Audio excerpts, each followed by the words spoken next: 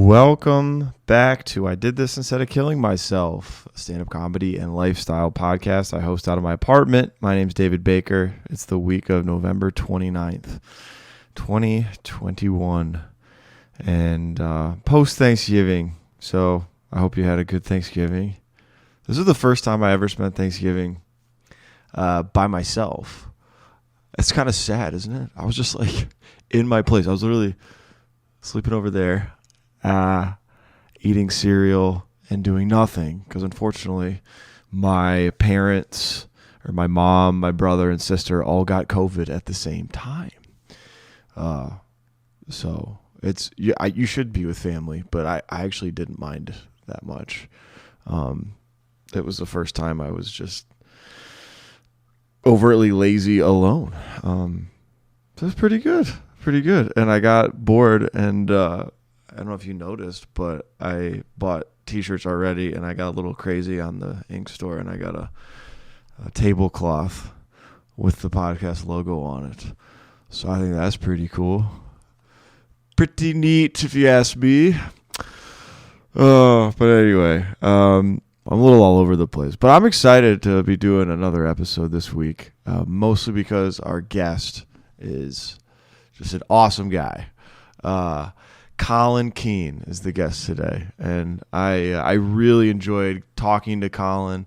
Colin's he's been in the scene a while, but I've only gotten to know him recently, and very smart guy, very quirky, hilarious, and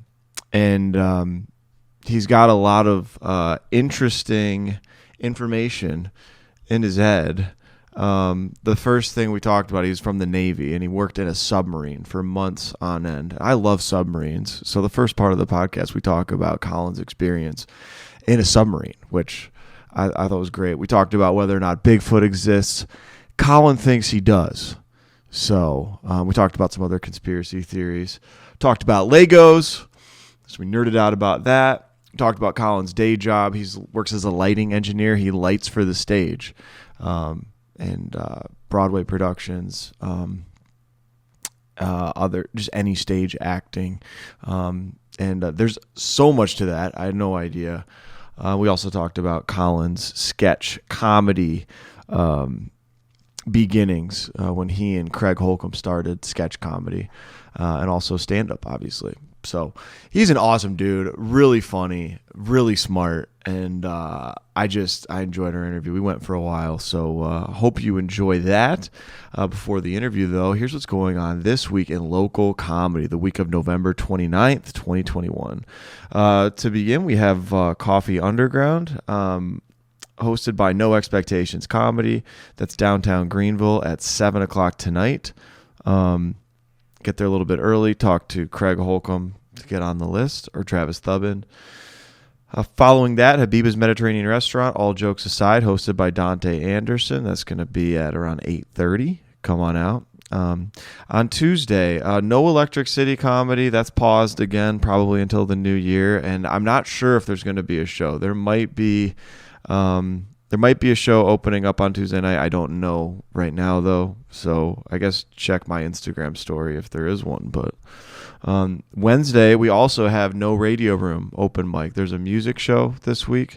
So the next show at the Radio Room will be next week.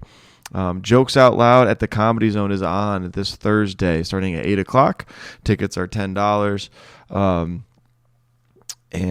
Come on out and see the local open mic comics perform. And then this Saturday and Sunday at the Comedy Zone, B. Simone from MTV's Wildin' Out will be performing. There's two shows on Saturday, one at 6 and one at 9, and then there's one show on Sunday at 7 o'clock. Tickets available at greenvillecomedyzone.com. All right, that's it for local comedy. I hope you enjoyed my interview with Colin. Here it is. All right, pick up the mic. All right, let's do this fucking thing. So this is a real exciting guest. We got Christian Bale. You're an asshole. On the podcast. Christian Bale, ladies and gentlemen. Oh, God, I fucking hate that. No, dude, that's a compliment. That's a great celebrity doppelganger to be known for. God, I don't remember. Like, I started doing that bit because, well, when I was in the Navy, when I first got to the boat, one of the guys I was on the boat with was like, man, I just picture you just like running around like a see-through raincoat with an axe. I was like, what are you talking about? He goes, no one's ever told you look American like Christian Bale. Psycho, Yeah. Christian Bale. And then like that Thanksgiving, I was I couldn't go home for that Thanksgiving because I just couldn't afford it, and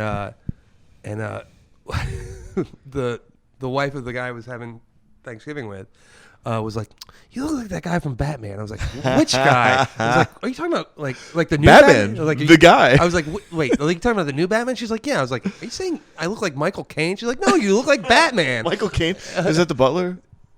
Yeah. Michael Caine is the old guy. Yeah. Michael Caine was Alfred. Yeah. Yeah. I was like, I don't look like Michael Caine. She's like, no, you look like Batman. I was you like, assumed she meant Michael Caine? yeah, I don't know. Dude, raise your self-image. Oh, have you met me? No, that's not a thing that happens. Dude. Like, yeah, Craig described me last night as like the least assertive person in the world.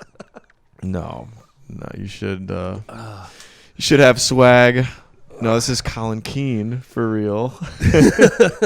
But dude, you were in the Navy? I didn't know that. Yeah, I was in the Navy for 5 years. So I was on submarines. Yeah. So what did you? Was that like right out of college, or like was that your right college? out of high school. That was my. That college. was your college. Yeah. Okay. I went into the Navy to get money for college, and then didn't go to college afterwards. Okay. Like I went to like Greenville Tech, and like I was just like I can't do this and work full time, and I was already getting into theater at the time, and like working theater. I was like, I'd rather do this than go to school for this. So I was just like, okay. Yeah. Did you enjoy the Navy, working in submarines? I enjoyed parts of it. There was some parts that I could not stand. It's it's part of the reason why I'm depressed and anxious. But it definitely fucked with my head. But really, how so? Like, what were your? I was underwater for 6 months at a time. That's pretty nuts. Yeah, like we'd go out on 6-month deployments, and like we weren't like under for the whole 6 months, but like we were out for 6 months, and we'd pull in for like a week or two random places. Like I've been to Guam 9 times. Wow. And I've been to Japan twice. Okay. But it was no. So what is it like on a submarine? Bigger than you would think. Bigger than you think. Yeah, it's still pretty cramped. I was on a Fast Attack, which was the smaller of the two that that the U.S. has. What is it called? Fast Attack. Fast Attack? I was on the USS Los Angeles. Okay. How big is the Fast Attack submarine? It is like something I would know the size of. Like. It's about like walking on top. It's about half a football field. It's about 50 Okay. yards. Yeah. Okay. Yeah. And how wide? I think like 33 feet, I think is the beam. Wow. Yeah. Okay. Yeah. Yeah, that would be relatively cramped, especially if you're there deployed for 6 months at a time. But it's like when you see one like going on the surface, it's like an iceberg. Everything else is what you see on top is not, is the least of it. Most of it is underwater. Most of it's submerged. Yeah. Is there any? This is me being stupid about how submarines are designed, but is there any room in the submarine where you're looking out into the water and you can see what's going on? That's all navigated by it's sonar. all sonar and like if we're on the surface or at periscope depth through the periscope, but that's it. There's not like a bathysphere where you can see like everything going on around you. Wow. Yeah, that would kind of freak me out. Because I think it'd be cool to be in a submarine where you could see out. Yeah, to like the water. like the Atlantis submarines. Yeah, like Atlantis. Yeah. That's what I'm picturing. Yeah. Or like Star Wars Episode 1 when they have those underwater ships. Yeah. No, there's nothing like that. Nothing like that. No. Honestly, you don't think about it. Like I can think, like everyone's like, I'd be freaked out about it. I was like, it's like unless you're claustrophobic, it's not going to bother you. And really, there's not many places for you to be claustrophobic. Like, I mean, I'm not claustrophobic, so I don't know what that's like. But like, but yeah, there's two times I can distinctly remember actually thinking about the fact that we were underwater. Once I was walking through the upper level passageway, which is just a hallway, right? And so there's 3 levels of the boat, and I was walking through there, and I looked up to our weapon shipping hatch, and I went, "Oh yeah, that's there." Because you just like when you're going, you're just going. What were you looking at? The weapon shipping hatch. So it's basically just like a hatch, just like a hatch that opens. Okay. And that's how we would load that was our primary ingress and egress when we're in port, but it's also how we loaded torpedoes Weapons. and stuff onto the boat. Okay. But completely left my mind as soon as we were underway.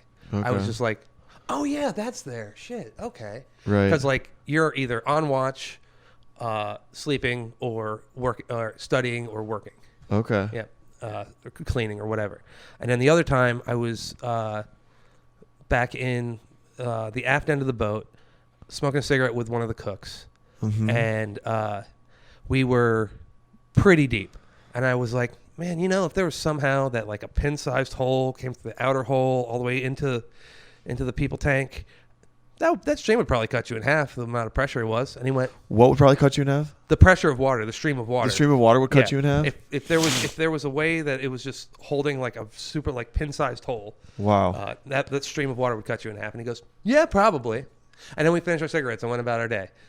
That's insane. Is that true? That is amount true. Of pressure could cut through a human limb? it's like with like a pressure washer, like a water gun. Yeah, I guess. Yeah, that's all it is. Yeah. Like if you get water down to a pinpoint, wow, it'll cut through steel if you have enough pressure. Yeah. And is there anything that could be like a pebble floating by, or the pebble? No, I mean they're made to withstand a lot of pressure. Okay. We went down to what's called test depth, and which is basically there's test depth where they test everything, make sure nothing's gonna fall off or get fucked up by being super deep, and then there's crush depth, which explains its own self. Yeah.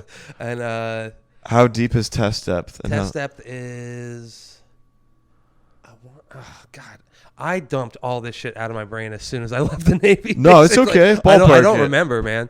It's fucking deep. Yeah. It's basically what it is. Yeah, I could probably still. It's weird. It's the weird things you hold on to. I could probably still identify fishing boats and trawlers and specific submarines if I heard their acoustic signature. Okay. But I couldn't tell you anything about the stats of a boat.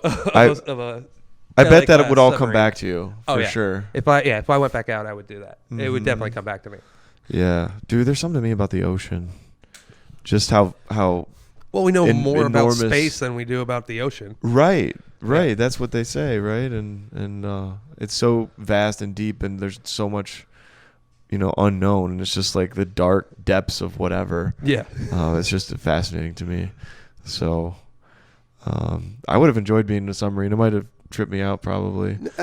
You never know. What kind of work did you do when you were? I was a sonar tech, so I would sit. Sonar tech. In Okay. a dark room. I would sit in a dark room and stare at a computer screen for 6 hours and listen to static or whatever was out there and make sure we didn't hit shit.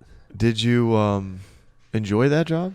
Yeah. Was it relaxing? Was it okay, I'm plugged in? If there was nothing going on, it was absolutely relaxing. But if we were on mission or on station or whatever, it was super stressful. Or if we were in a very tight place, very shallow place, or there was a lot of activity around us, right, it was super stressful because our job, depending on what you were saying, because there was 4 different stations, but our job was to, as a sonar tech, was to make sure we didn't hit anything. Okay. And then if we were in active combat, which we never were, except in war games when we were have shooting fake missiles at fake targets and stuff like that. Mm-hmm.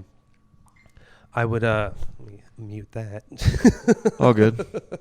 What was I saying? Your job as a sonar tech. Oh, it could have been very stressful, and it was just because our job, like I said, our job was safety of ship, was make sure we didn't hit anything, and then if we were in active combat, to find out how far the target is, and do the math, and then send that information to fire control, and then they would shoot the. That's incredible. Okay, torpedoes. So you, based on the sonar, you could tell how close you were to hitting something. Mm-hmm. You were responsible for that. Okay. And you could tell. How could you do that? How does that even work? Based on how long it took. So. You're sending out. No, that's the other thing. It's active sonar is very rarely used, because if you use active sonar, you're giving away your location, right? Okay. But so that's how active sonar works. The same way a cop pulls you over with a radar gun, you shoot out a ping, and then you calculate the time that it takes to hit there and come back. And so that's how fast you're going. Right, and that's how active sonar works. Right, that's how you can tell how far away. But passive sonar, which was mostly what we used, was just listening based on where it turned and the intensity of the sound, because it came down. It basically looked like the Matrix, right? It's how our screens looked. And so the stronger the signal, the louder it was, the brighter green strip the contact was. Okay. And so that's how you figure out range. And you just learned how to look at those signals and understand intuitively that means. And do the math and you would have to do the math on the fly, like in your head. Not on your head. Like we had a screen here, and then like basically a little table, and then we had we'd put basically laminated it, and so we had like grease pencils, and we'd write out and do the math up by hand, or we had like little calculators, like wheels and stuff. It's like, well, if it's this loud at this thing and it's this song, right? So you could calculate it out that way. But mostly we just did it by, we got it here, this is how loud it is, and then just calculate out like that. That's incredible. Yeah. What do you think is more? My brother is a pilot. What do you think is more challenging? Navigating using sonar as a submariner,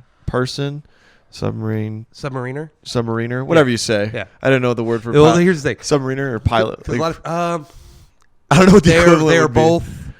I think they're both equally hard in different ways. Okay. Right. It's you can't. It's apples and oranges. You can't compare one to the other. Right. Okay. Like. But don't they still use fins and stuff to like? Yeah, we have our fair water planes and elevating. Wasn't that a similar science to wings? Yeah, and the air resistance. Yeah, that's how we drove the boat. Yeah, fair water planes and rudder and all that. But I mean, so but navigating is different. Yeah, navigating. Well, because in a plane, as a pilot, like if you're flying a jet, you're going at incredible speeds. Even at our fastest, and like we could haul ass. I mean.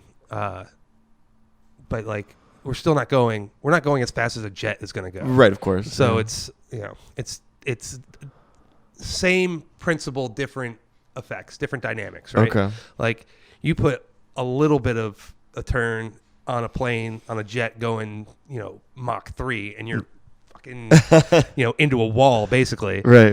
On a boat you put a little, like you have to like crank it and you're still just going right. Like it's sure. Yeah. But yeah, that's, how fast could you guys go? I can't say. Really? Yeah. That's confidential? Yeah. Hell yeah. That's badass. And that's part of why I like just dumped most of it out of my head. It's because so much of it is confidential and classified. Right. So there's no point in me keeping this because people are going to ask me what the question, what the answer is, and I'm like, I can't tell you. What's the coolest piece of information you can share about military technology or the coolest piece of information? Shit, I don't know. Like a lot of our equipment was like still from the '60s. Like we had a hybrid model, a hybrid sonar stack. So we had the Q5, which was like 60s, 70s technology, like circuit boards and all that. And then we had the Q10 for another half of our system. And it was all like off the shelf computer screens, Red Hat Linux operating system and all that.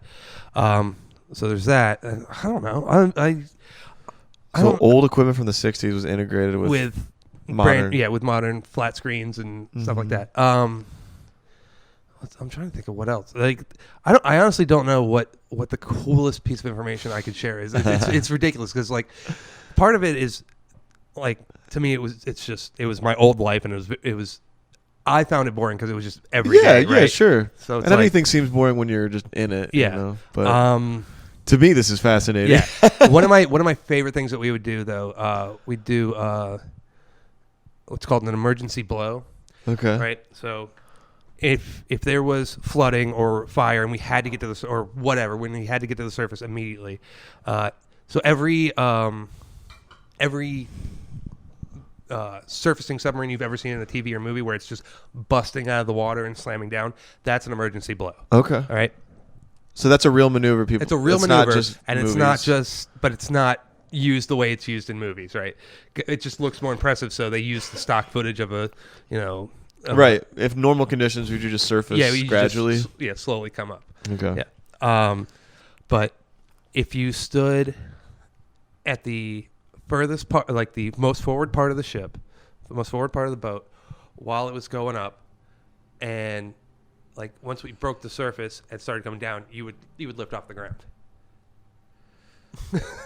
So the inertia of it going up as soon as so it you're stopped. going like so they basically push all the air out of our tank out of our air tanks, right? That keep our ballast tanks that keep us level, and they push as much air into it as possible, force all the water out, so it's just shooting us up as fast as it can. Okay. And so the inertia of it was like a free roller coaster. It was insane. We just go straight up, almost at a 45. When y'all are doing that, are you supposed to be strapped in and seated? No, you're still working. You're still. I would be sitting at my sonar stack like this, just like, okay.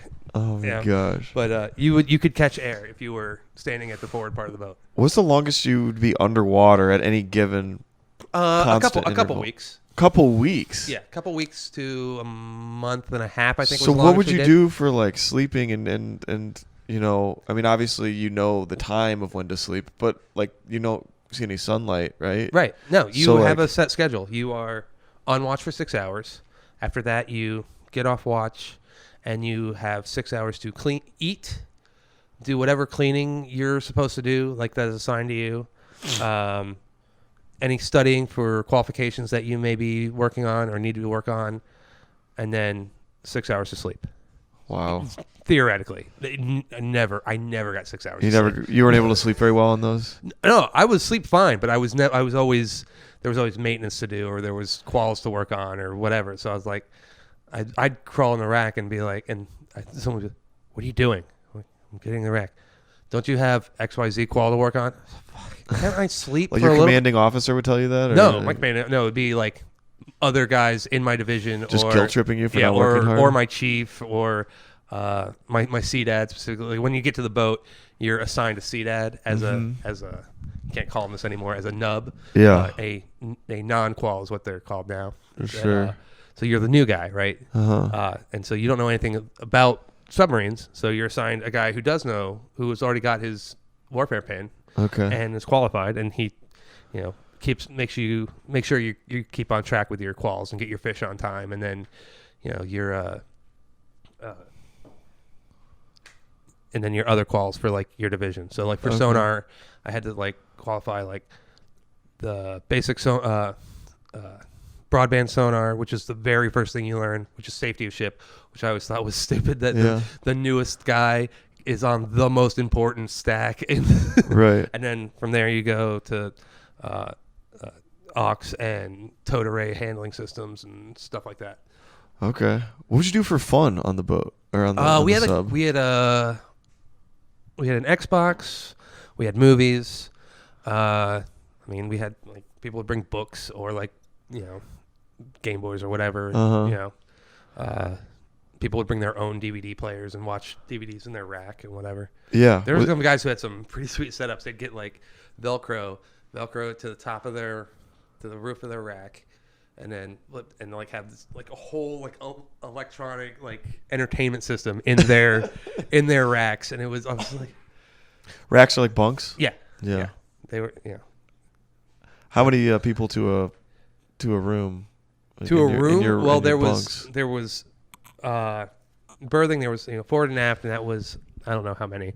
But then there was like 21 man and 9 man, which held 21 people and 9 people respectively, and it's just 3 separate. It's 3 bunks, right? So it's 3 high, and then so there's 3 of 3 in 9 man and 7 of 3 in 21 man. And did you get pretty close with like your crewmates and stuff? Yeah. There were some I absolutely cannot stand. Would not let them hold my wallet, but I would trust them with my life. Okay. Like it's ridiculous. There's some of them I fucking hate, and then there's others that I would die for. They're like I still talk to a bunch of them to this day. Yeah, that camaraderie is pretty cool. Yeah, like I enjoy that when I watch it in movies. Like you see crew members, whether that's in a submarine or in any kind of warfare or even space travel. Yeah. Like when you're stuck together on a mission, Right. going somewhere. Yeah. It's like it's kind of a cool. It's a little insane. It's friends I'll have for the rest of my life. Like, and it's like I still talk to my buddy Byron. I call him like at least once a month. Really? Check up on him and like, yeah. And how long has it been since you were in the Navy? I got out in 2009. Oh wow, so it's Yeah. been over 10 years. Yeah. Yeah. That's cool, man. That's I feel similarly about my guys I played football with in college. It's a similar thing. It's it's a bond of you guys went through the exact same thing together, and So you know about military technology a little bit, yeah, a little bit. What do you make of these UFO sightings? Oh Jesus Christ! I don't know, man. Do you know? Are you up? I know what you're talking about. All of the files that they just declassified. Well, there's and all that, and then the Tic Tac. Yeah. That seemed to be maybe submerged in water as well as moving aerially. I honestly don't know, because there's part of me that believe like I'm very like Fox Mulder. I'm like both Mulder and Scully simultaneously. Like I want to believe, but it's like this is bullshit. Which like, one was the believer, by the way? Mulder or Scully? Mulder was the believer. Scully was the skeptic. Was the skeptic. Gillian Anderson, like every kid, every nerd kid that grew up in the 90s first crush. Yeah. Like, oh wow. Yeah, she was hot, dude. Right? She was hot. She a redhead? She kind of had a bob haircut. She was cute. Yeah. But yeah, I kind of feel like I'm skeptical too. I'm not full on conspiracy, but I kind of want it to be true. I want it to be aliens, but it's like it could also just as easily be advanced prototypes that we haven't Okay, seen. that was kind of my question. Yeah. Like, is it possible that something could anything's possible. exist We don't know what's going from on. like another government's military that would be moving at these speeds? I mean, possibly. But like I said, there's no way to tell.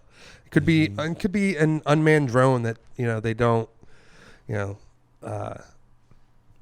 the that's Chinese just are up moving to. weirdly, or was I don't know. The Tic Tac one is pretty weird.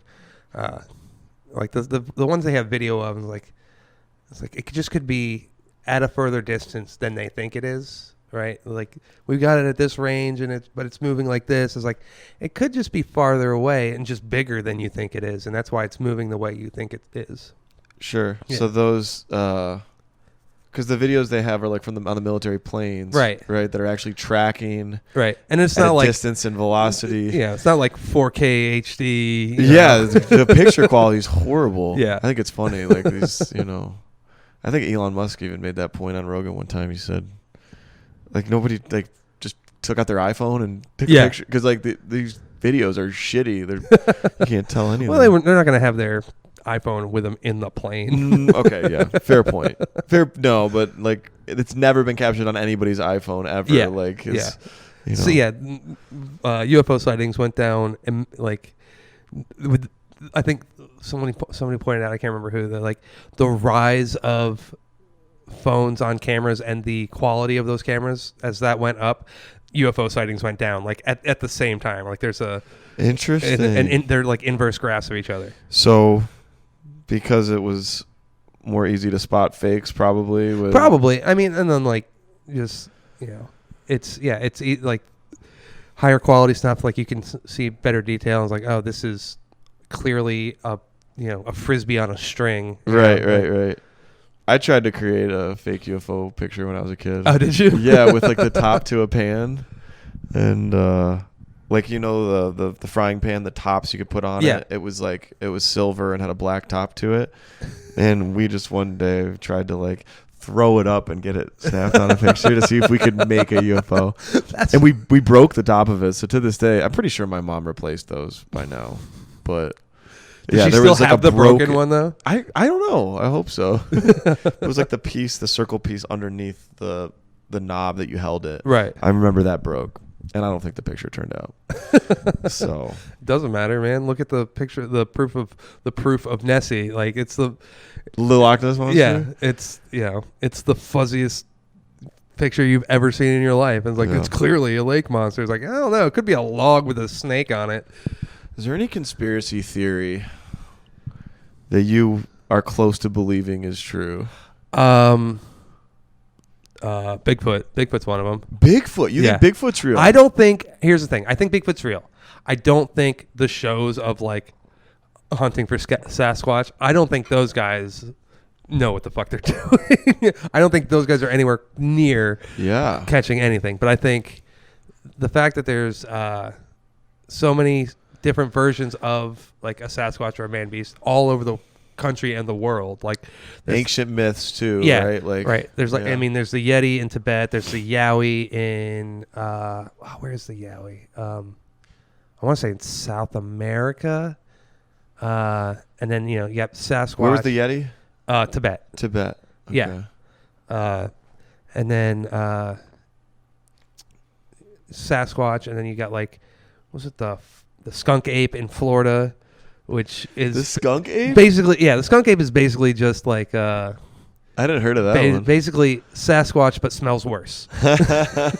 that's like, it's like that, and there's not a lot of stories, but like, he's like, he lives in the swamp. This hairy dude, smells like shit. Like, it could just so he's Florida man. It could just be a guy. Yeah, exactly. It could just be the Florida guy. Yeah. So you think there's too many I think that, accounts of something, right? Similar? And the was it the Patterson-Gimlin footage, like the classic footage of Sasquatch? There's been like primatologists who've like looked at it and like, no, that's not a suit. That's not a guy in a suit. The way the muscles move under the skin, like even as like old as it is, it's like the way the muscles move under the skin is not. There's no way it's a suit. Or that's the classic one where he's like looking back. Kinda. Yeah. Dang. And like people are like, come on, it could have been a suit. I was like, but at the time, like the most advanced like prosthetics that were anywhere close to ape-like was Planet of the Apes. Right. And those didn't look anything like apes. Yeah. Like you could move your mouth and your eyes and stuff, but like. And what year was that? It was 60s. So that was 70s, original like, Planet of the Apes. Yeah. Like so those costumes probably didn't look that good. No, you've never seen the original Planet of the Apes? I have, but it's been a long time. But you remember what I'm talking about? What they look like? Yeah. So but that was the most advanced. Like prosthetics at the time. And these two idiots out in the woods of Oregon like aren't going to be able to afford Rick Baker level prosthetics. Okay. Rick Baker. He's a special effects prosthetics guy. Okay. He did almost any horror movie you can think of. He did the special effects and prosthetics for. Okay. Like between him and like Stan Winston. I gotcha. So you think Bigfoot's real? I think Bigfoot's real. Yeah. So if Bigfoot's real, then there's a Mrs. Bigfoot and baby Bigfoots. Yeah. Right? Because there's like probably. Okay.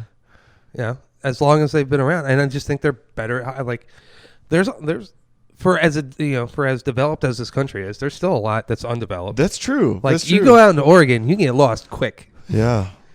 Pacific Northwest and up in Canada where most of these stories happen. Like, if Canada is the biggest country with the least amount of very true. What's the population of Canada? Do you know I that? don't know. I have no idea. I feel like the U.S. is a few hundred million. Yeah. Canada's probably. Canada has a huge huge population density, but it's not spread out amongst the rest of the country. Yeah. Because half of it's frozen. If you ever are in a plane and just look out, basically any flight path. Yeah. There's a lot of open space. Yeah. Not just in the obvious states like Wyoming and everything. Yeah. So yeah. Okay.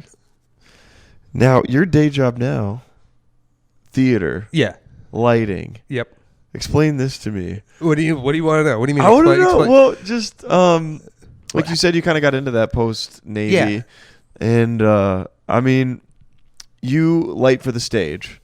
Yeah. Right. So any theatrical production, you're in charge of all that. I'm not in charge of it. I'm just like here, like working like in town. I'm just a hand, and I can program the lights. I hang the lights, focus lights, whatever. Okay. Why did you pursue that? I got into it when I got out of the Navy. My brother was doing the same thing at working at the the arena and at the Peace Center, and I was like, "Hey, man, you think you can get me on some calls until I find a real job?" He's like, "Yeah, all right." And I immediately fell in love with it. Like the first Broadway show call I did was Wicked, and I was like, "This is awesome. I could do this for the rest of my life." Wow. Yeah. So it was a Broadway show. Yeah. At the Peace Center. Mm-hmm. So you were helping with all of the lighting for that. Yeah, I was like, so how it works is a show comes in, like trucks pull up to the Peace Center, we unload all the trucks, we hang all the lights, and then so they bring their own lights, right? Yeah, yeah. And you have to program them all though. No. So they have it. They already have it all set up and programmed in the thing, but we have to like point the lights in the right direction. Okay. Right. So we have to do that.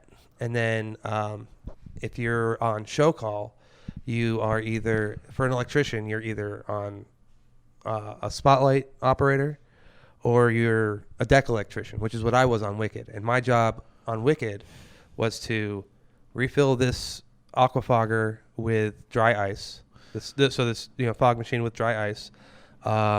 Place a light at one particular point in the show. And like a couple other things, right? But they're all lighting related. Mm-hmm. And so I was doing that, and I was like, I could do this forever. Really? Yeah.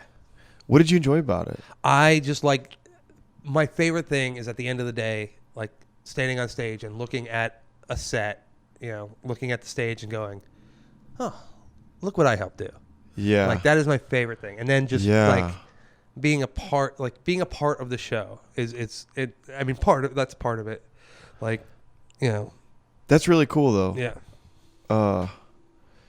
So, and that's all, because you don't necessarily get the biggest kick out of being center stage as one of the actors. No. You enjoy the technical aspects of the production and the production value. Yeah. itself. And I like troubleshooting. Like if something goes wrong, like, okay, this is how I'm going to fix this. And I like the puzzle. Like one of the things I said when I was on the road with Finding Neverland, people, we'd get to a city and a local hand would be like, well, why don't we do it this way? It's like, look, man, I get what you're saying, but I've put this puzzle together a bunch of times. I know how it works. Mm-hmm. Like this is the best way to do it for this space. Because, yeah. Sure. And so even like the whole putting the show together, like loading in the show is a puzzle. And then like if something breaks, it's like, okay. So then it's like, this is where the problem is. This is where. Yeah. Okay. And then fix it like that. Yeah. And 9 times out of 10, it is somebody forgot to plug something in. Yeah. It's ridiculous. There was 3 cities in a row where my head electrician was like, hey man, I don't have control over these lights. Did you plug everything in? Yes, I plugged everything in. Okay. So then I'd walk back to where everything's plugged in and go, how's it working now? It's great. Cool. And then I'd go finish doing what I was doing. Yeah. He goes, what was the problem? High impedance air gap. I'm like, what? Which means it wasn't plugged in.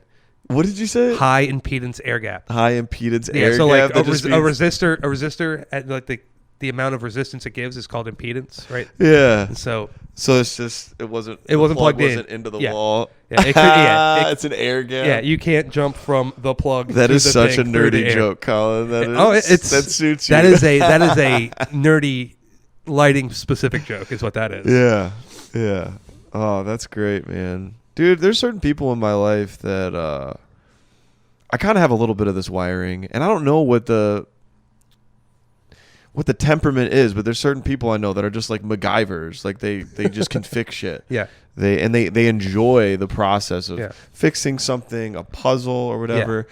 Yeah. My dad's like that. I was just gonna say my dad's like that. My dad can fix anything. Yeah. Like, and went to college to be a history teacher. Dropped out of college. Mm-hmm. Worked on the railroad for years, and now works on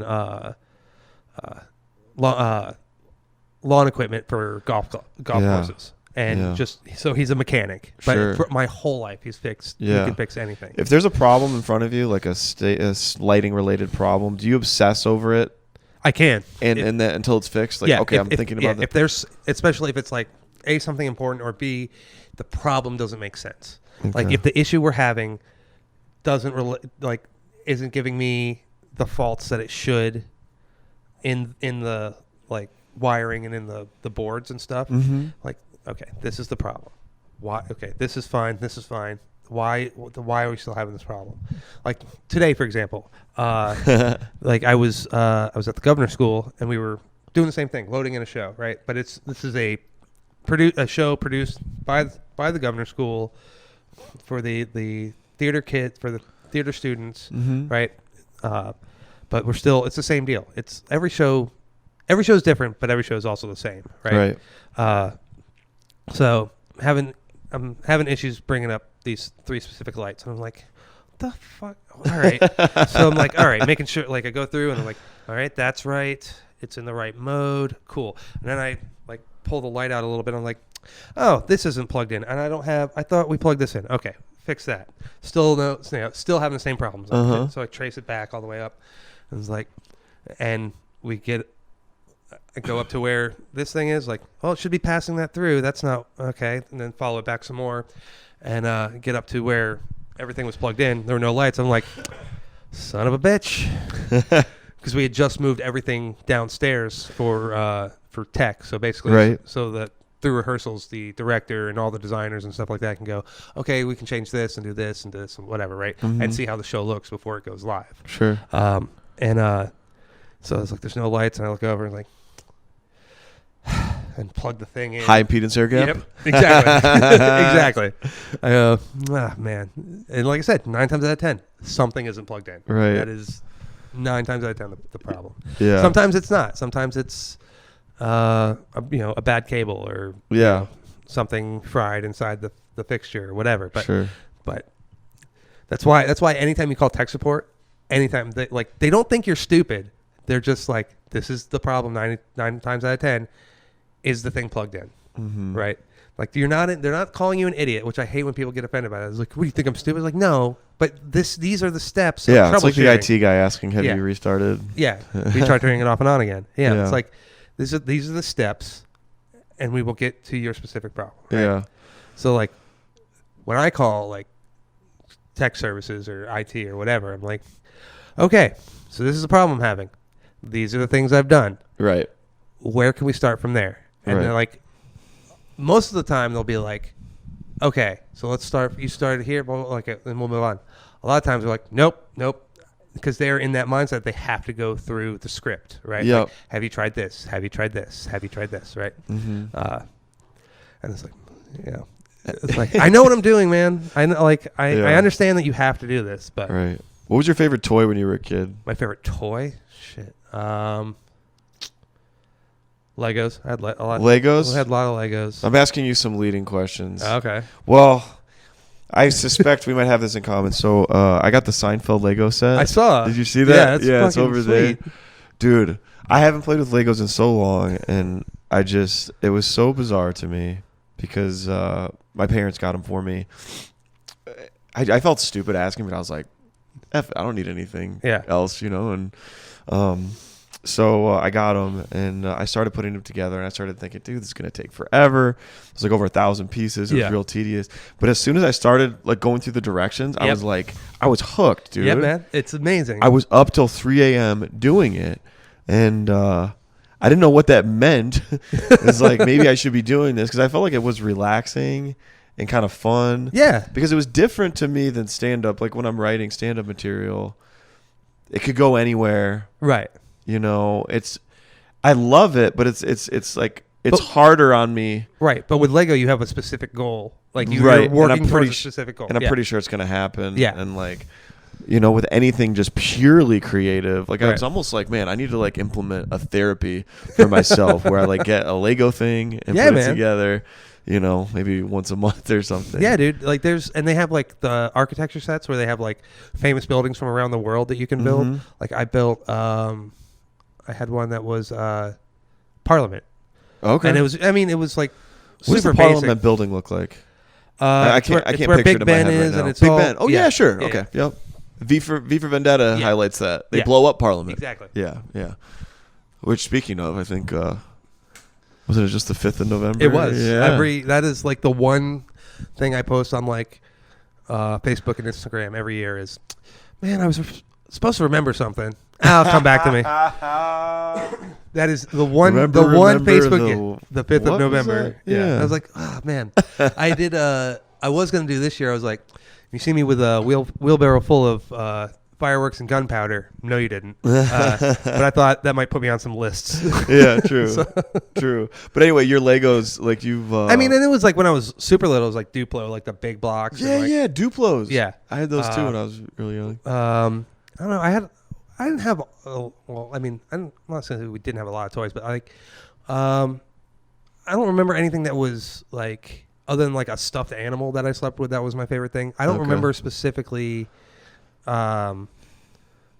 anything I liked more than anything else, but like Lego sticks out in my brain more than anything. Yeah, I had I definitely liked that. I was into football, and they didn't have that I was aware of. You couldn't make like football stadiums like pre-designed out of the box. So Connects, we do those. You ever use Connects? And erector set. Yeah. I always wanted an erector set. I never got one. Me neither. I wanted one so badly. Yeah.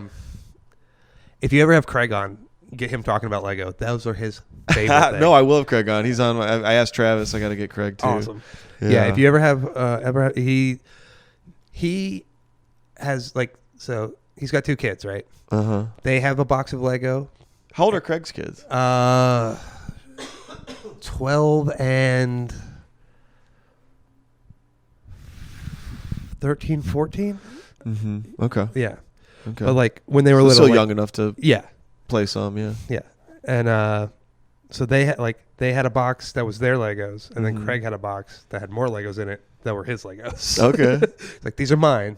You cannot touch these. Those are yours. Like, it's so funny because the more complex these designs get, they're kind of for adults. I mean, they're hard to put together, absolutely. I'm sure. Like, that wasn't the most complicated one, and I was still like, Yeah.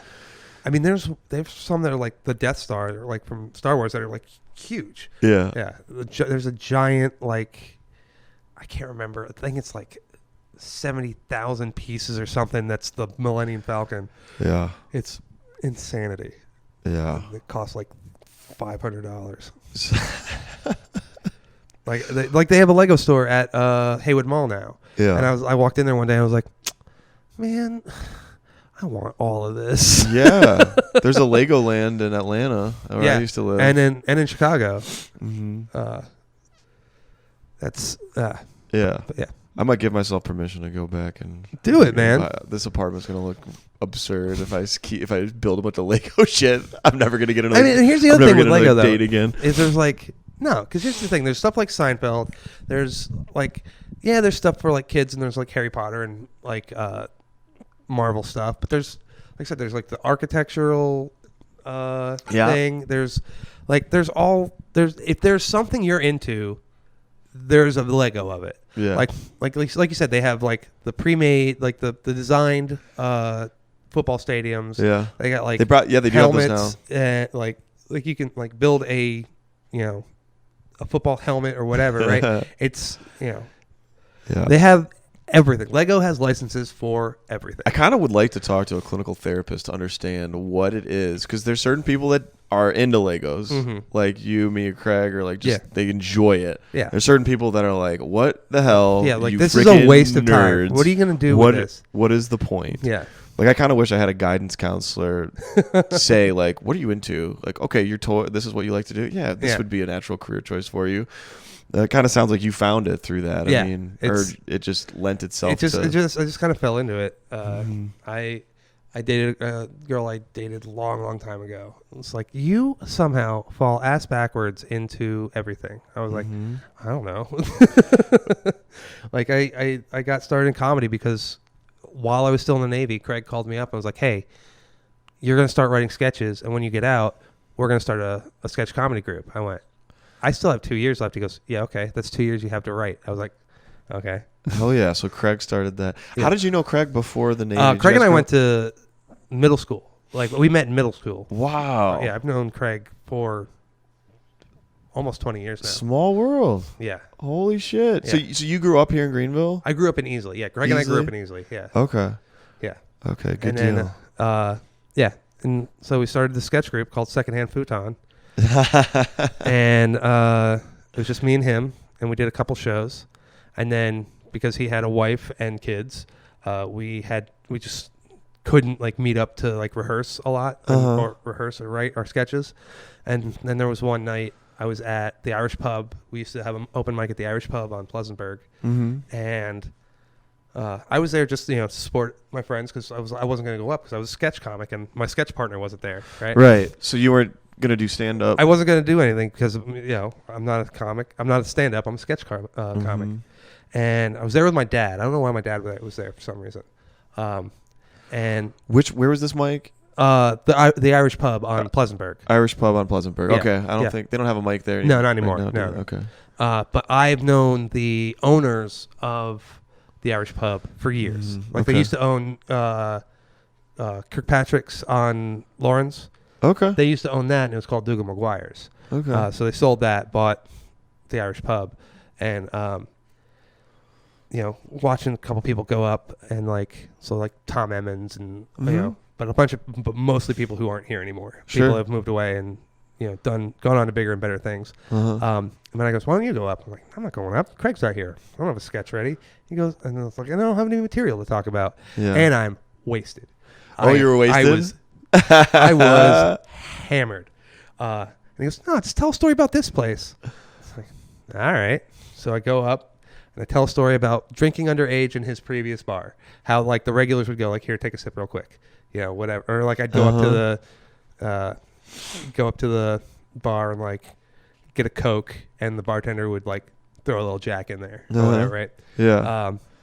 And the owner of the bar is sitting there talking to my dad, and he goes, "You're gonna get me closed down." I go, what do you own this place? And I get off stage, and like I said, fucking hammered. And I think it went all right, but it was mostly like people were uncomfortable because I was like, because you were drunk? Well, not because I was drunk. Because the guy was bad. Because the owner was there, right? Yeah. And I thought it went all right, but I was just like, it probably was a lot worse than I remember because, again, wasted. Just like, all right, let's talk about this thing. Charlie, one of the other comics pulls me aside. I was like, what do you think? He's like, I think you did good. I'd probably not talk about drinking underage in front of the owner of the bar. I was like, good note. I'll take that note. That's a good note. I love that you went for it, though. That's great. But I was like, tell a story about this place. I was like, okay. So I told a story. And like I had a million stories, but I just happened to like land on, I thought I was one of the coolest kids in school because on Patty's Day I would go get drunk at a bar. Yeah. And not like go purposely to get drunk, but like be hanging around and like helping like, busting tables and stuff like that. And then like everybody kick everybody out at like 4 a.m. or whatever. And then we just hanging around, cleaning up and like, here's a pint. Good work. Do you know how much time you did? Probably did about 4 or 5 minutes. 4 or 5 minutes? Yeah. I don't know. But then like, just went up the next time and just ate shit. It was god awful. And here's the other thing, like, because I was sober the next time, and like for the longest time, for a long time, Craig would like come up to me and make me give him my watch. Because I used to wear a watch all the time. Because I would be on stage and just like messing with it the whole time. And he's like, fucking stop it. Yeah. You had that little tick. Yeah, right. I would be on stage like with a piece of paper with my set list on it, shaking like a leaf. Really? Yeah, like I was that nervous. Because was the sketch comedy thing the first time you'd ever gone on stage? Pretty much, to perform? Yeah, pretty much. And then stand up obviously is even more. Yeah, and like going up on stage, like going up and doing sketches with Craig was more comfortable because I had someone else to rely on. Right? Yeah, that's why I like. There's a lot of improv people that I don't look down on them, but I'm like, it's not the same. Like, oh, I'm a performer. I'm a comedian. I'm like, no, you're not. You have 1 to 5 other people to rely on if your joke bombs, right? Yeah. It's as a comic, as a stand-up, you are by yourself. And your partner can even help you if Exactly. your joke bombs. Right. Like they can make it seem like it wasn't stupid and do something else. Yeah, like what was it? A month ago or 2 months ago, whatever, when Craig and I went up and did I saw you guys. Yeah. It was that was fun. That was the first time in like 10 years, and I was like, I can't like we need to keep doing this. We need to start doing this again. But it was like it's a completely different energy than either one of us up there by ourselves. Yeah. Yeah, dude, stand up. It's like I love it. I love every minute of it. But it is lonely, and like I haven't even like been on the road as a comic in a hotel by myself, you know, like. But like even just on stage, you're like, all right, this is all me. This is like, if this doesn't work, this is my fault. But like, this isn't somebody wrote something and you know, or gave me a bad setup or whatever. Yeah, it's horrifying. I always start out feeling really lonely, and I hope I hope it doesn't end feeling lonely. I hope it ends feeling like people are kind of... Yeah, you brought the whole room together. Yeah, like if they're smiling and laughing early, then I feel like, okay. But I'm never comfortable fully. You know, I'm never like... I'm always aware that this could just go sideways at any point. And I'm the king of giving advice and never taking it. You got to embrace that, though. You have to. Like, I agree. You got to like lean into it. Yeah, like this could go off the rails, and then you kind of love the fact that it can go off the rails, and even love when it does. And acknowledge it when it does. Acknowledge it. Yeah. Like, I have a friend up in Jersey that when I lived up there, I did comedy. I did mics with and stuff, and it's almost like a tick at this point. He would like say something and like nobody, just me. All right.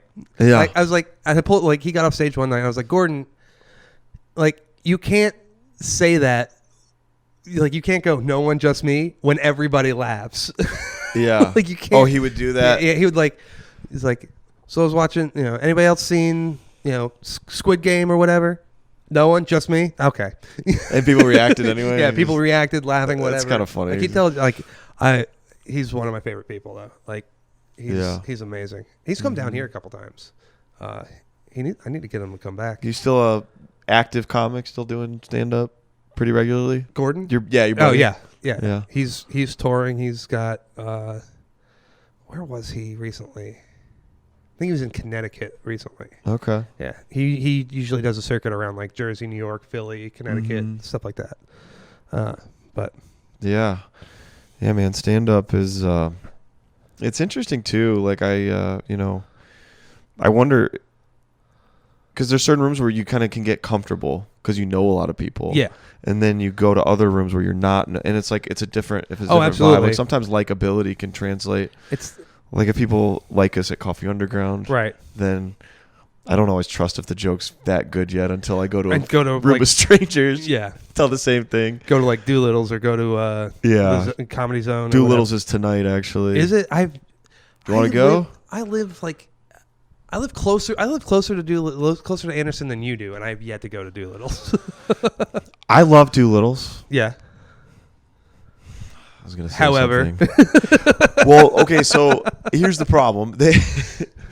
They initially had servers that would come up and wait on people upstairs, which is where they have it.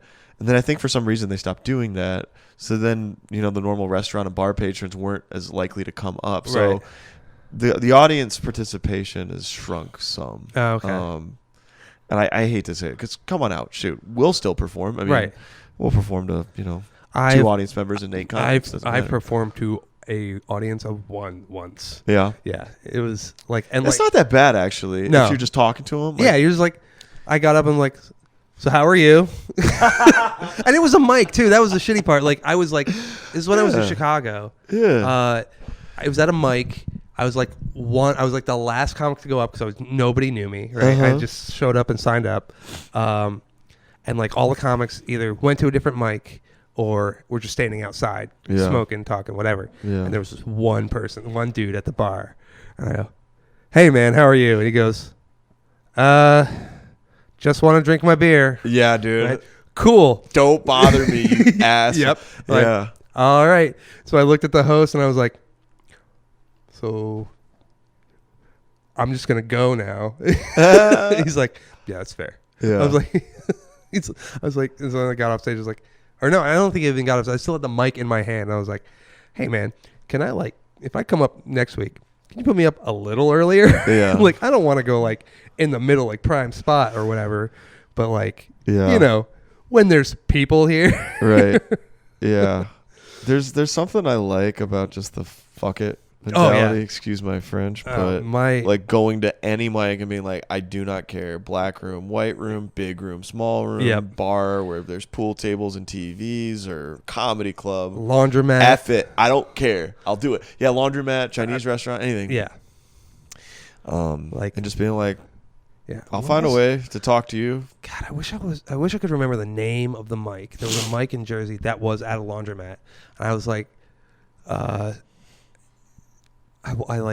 asked, I was at a mic like earlier in the week, and I was like, hey man, you going to the Fluff and Fold mic? And he went, what? And I was like, and said the actual name of it. I can't remember what the actual name of it was, but it was just like the name of the building or whatever. And he goes, what, the Fluff and Fold mic? I was like, yeah, it's in a laundromat. He goes, oh, really? Yeah. He's like, no, I'm past that. I'm past pizza places. And I was like, but you still show up to 10th Street? All right. He's like, no, it's my hometown. It's my home mic. Like, that's fair. Yeah. But yeah, like I have had, in the number of times I've gone to Comedy Zone, which isn't a lot to be fair, but I've had 2 good sets. Yeah. And every other time I've just eaten shit. At Comedy Zone? At Comedy Zone. I do not do well at Comedy Zone. I don't know what it is. You got to go back. I do. And here's the thing. I will go slay the dragon. I will go and do a set that worked last time at the Comedy Zone. Like the one of the 2 times, right? Or I'll do a joke that worked last time. Nothing. Not a damn thing. Well, it's like the 100 for 100 thing. I was like, I got up and I was like, I've got a minute or whatever, however long we had. Yeah. 30. So, and I was like, my comedy doesn't work in a minute. I need time to like stretch out things. And I think people laughed anyway when you said that, didn't they? No. They were busy talking. Oh, they were. Well, that mic was. It was kind of a shit show. It was, and it was an experiment. And it was fine. The first part maybe went okay, but I think when people started to go multiple times, it felt like we were just shitting on the audience. I felt bad because it was like there was no time for the audience to settle in, right, and latch on to what a comic was saying. It was like joke, and then as the jokes got more, because I felt like the jokes were getting more offensive because they got darker and just worse. Jeff was just like. Jeff Thompson? Yeah, Jeff Thompson was just like, yeah. So Norm Macdonald died. And I was like, that's your joke? What the hell are you talking about? I mean, I laughed my ass off, but like that was, oof. Yeah, I kind of feel like the dark stuff. Like, I'm a big fan of dark stuff. Me Obviously, too. like I'll go places, but I'm kind of coming to a point where I sense the audience. Yeah, you didn't feel the audience pull back last night when you did your 9/11 joke. Well, a little. Yeah, I know. As soon as you said it, as soon as you brought up, like, I knew exactly what you're talking about because I drive by it every day on my way home, and I was like, oh no, you're going down this road. Oh shit, like they're never ever gonna forget. That's granite, and I was like, fucking Christ. Oh man, laughing my ass out. Like, you were the last one up, right? So I was. Craig's like, hey, stand by the corner light, and I was just standing there waiting. I was like, what's gonna happen? I was like, when it's not the same level, but it was a similar reaction to when Craig Holcomb just roasted Bill to shreds that night. Yeah. Do you remember that? Yeah. Oh, man. Because what did Bill do? Bill said, he goes, oh, and anyway, or something? No, he goes, anyway, Craig's mom's a whore.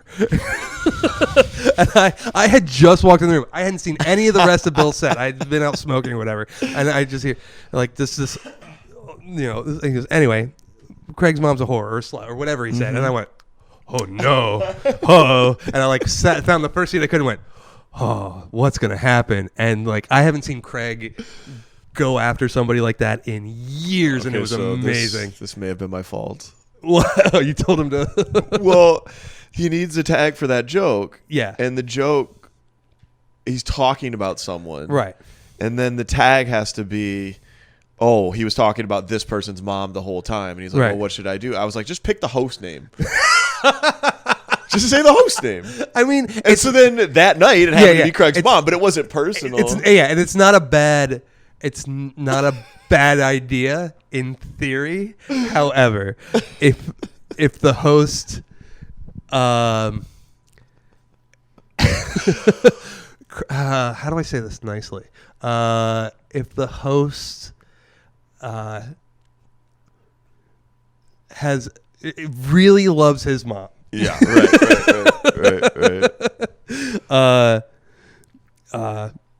That's a lot. Yeah, it was just like, oof. Yeah. You could have picked anyone else and it would have been fine. He could have like walked in and he could have said me. He could have said, Colin's mom's a whore. I'm like, yeah. I mean, fuck you, dude. But whatever, right? But like Craig's like, ooh. I saw fire in his eyes. I was like, yeesh. Yeah. Craig is an amazing roaster. He's really good at it, but he hates doing it unless he's provoked. It's For sure. insanity. For sure. It's mostly because he's just so good on his feet. Yeah. It's like, he is good on his feet. He's fantastic. I love that man so much. I hate him for it. Mm-hmm. I hate his style. There's another comic. I'm jealous too, dude, because people like that are great at crowd work. They're great at hosting. They're great at improvisational material on the spot. So there's a comic, Frey Ford, moved down to Atlanta and actually now lives in L.A. What's his name? Frey Ford. Frey Ford. Yeah, he's an amazing comic. He's hilarious. He would get off stage and he would like crush almost every night, right? Every time he went up, he would get off stage and, fuck you, Frey. Thanks, man. Because he knew that's what I meant. Like, fuck you. Fucking, how did you come? Like, he would come up with, I think I don't even remember half the shit he came up with, but it was just like, he would say something like, God, and it would be something so simple and just like brilliant. I was like, oh, God, I hate you. Yeah. So, okay. Yeah, so I shouldn't have told Bill to No, here's the thing. That's a great idea for a tag. However, he could have picked anybody else. No, I know. It cracks me up that Bill, like... Oh, man. But it was just like... It was just one of the most amazing nights. I was like, oh, man. So wait, do you think that 9/11 granted bit is no? I think it's a good bit. Too edgy? No. Because I got no problem with 9/11. I just thought it was a strange monument. And that they just they just put it up too this year. Oh, they did. Yeah, it was just this year that they put it up. I didn't know that, dude. They used to have lights that shot out of the top of them. Oh, that's pretty cool. Yeah. And I don't mean to poke fun at it if anybody. No, knows here's those the people, thing. But here's the thing. Comics should be able. I want to say comics should be able to talk about anything, but it's not that they should be able to talk about anything. Yes. Yeah. Right. And you made it funny. That's the other thing. Is like people are a lot of comics, newer comics especially, are edgy for edgy shit. Absolutely. And like, okay, you're edgy. You're not funny. Yeah. Like, stop. Right. Like either quit or get better. Yeah. I don't know what to tell you. Yeah. Like I was that was me for sure. I was edgy for edgy's sake because I didn't know what else to do. I didn't know what else to get a reaction. But you learn. That's the thing. Yeah. You like you said, like quit or get better. Right. Just stop doing it. Right. I mean, I used to go up and I do for like 3 weeks straight. I did a character called Melvin, and I would do the stupid voice. And I usually, if I'm not wearing a hoodie, I'm wearing a button-up shirt, right? Uh-huh. So I'd roll down my sleeves, button it as tight as you could at the wrist, button up all the way to the top button, like make my hair as like slicked back as I could, and just go up and like, my name's Melvin. My therapist told me I should come up and do stand up, and I would do that for 5 minutes. Dude, that's hilarious. Oh, did it get laughs? Sometimes. Yeah. Other times they're like, what the hell is happening? Who is this poor kid, this shy child that a therapist told to come up and do stand up? Yeah. Like a special, I didn't have a beard at that point either, so I was just like this clean shaven, like baby faced idiot, like just. Yeah. And I was like, so I'm thinking about doing this character, and he's like, what's the character? And I tell him Melvin, and he goes, all right, man. try it. What's the most offensive joke you've ever told? Honestly, you may not have. You're a good person. I don't think I've told an offensive joke really. Like the closest I've ever came was like there was a time where like I was like done. I was gonna quit doing stand up, right? And I was done with it. I was like, I'm tired of it. It's just there's I'm not getting booked on shows. There's hardly anybody I like in the scene. Like there was a time when Greenville scene was not great. Yeah. So I was like, I'm done. I'm not going to write. And then I was sitting there. I was scrolling through some social media, and then there was this Tinder post, or not Tinder, Tumblr post. Tumblr. Yeah. About gender reveal parties, right? And I go, and the thing read, anytime I see on Facebook a gender reveal party, all I can think of is stay classy, cis people. and I looked at the thing, the top of the username, and it was Gaylor Moon. And I wish I was making that. That is like the Tumblriest Tumblr username ever. Yeah. I wish I could make up something funnier, but it was Gaylor Moon. And I just like was laying in bed. My girlfriend was like doing laundry or something. I go, why the fuck do you care, Gaylor Moon? Yeah. Jesus Christ. And like I like clicked on it and like read some of their other posts, and they're like, what does it matter? Like they were a trans individual. Like, what does it matter what's in my pants? People should just mind their own fucking business. It was like, hey, why don't you take your own fucking advice? Like that's as close as I got to like offensive. Like I was telling it one night, and I find gender reveals very offensive. No, just the like basically shitting on this trans person. No, I get it. I get where your offensive came in, but I'm offended truly by gender reveal parties. Yeah, dude, it's a waste of time. Fuck those things. It's so stupid. Oh my god, that is like everything wrong with society. Like, is gender reveal parties? Yeah, if you eliminated those, I think. We got a lot of problems in the world. I think just eliminate gender. It would definitely cut down on wildfires in California. Those cause wildfires? There was a couple that were caused by wildfire. Idiots. Yeah, because they were like, we're going to make a giant explosion to celebrate the gender of our baby. I'm not thrilled about weddings anymore either. Weddings are fun. I shouldn't shit on weddings because it's great, but I've become a little more jaded and cynical. Wedding receptions are fun. Oh, yeah. I love that's my favorite part. Yeah. And I get the ceremony too, but like, I don't know. Act like a princess for a day, kind of thing. Like, it's my day. Okay. I used to be real romantic about weddings. I used to be like, oh, dude, when I was younger, I wanted like a big Catholic church wedding. Yeah. Did you write poems when you were younger? I did to actually. Girls. Yeah. Not to girls, but I did write poetry. I wrote poetry for like, I was in like the school like literary magazine and stuff like that. Cool. They were all garbage. I found them recently, and I was like, "Do you read them and feel like they're real melodramatic?" Like some of them. I thought I was super deep. Yeah, I thought I was deep. Yeah, I thought I was. I was talking about this the other night. Like, did you ever see the movie Donnie Darko? No. Oh, okay. I feel uncultured because I haven't though. Donnie Darko. Who directed that? I don't remember. It's Jake Gyllenhaal was in it though. Okay. With the guy in the rabbit costume and the kid who. Anyway, I haven't seen it. I need to. When that first came out, I was one of those kids, and I hate these people now who are still like this.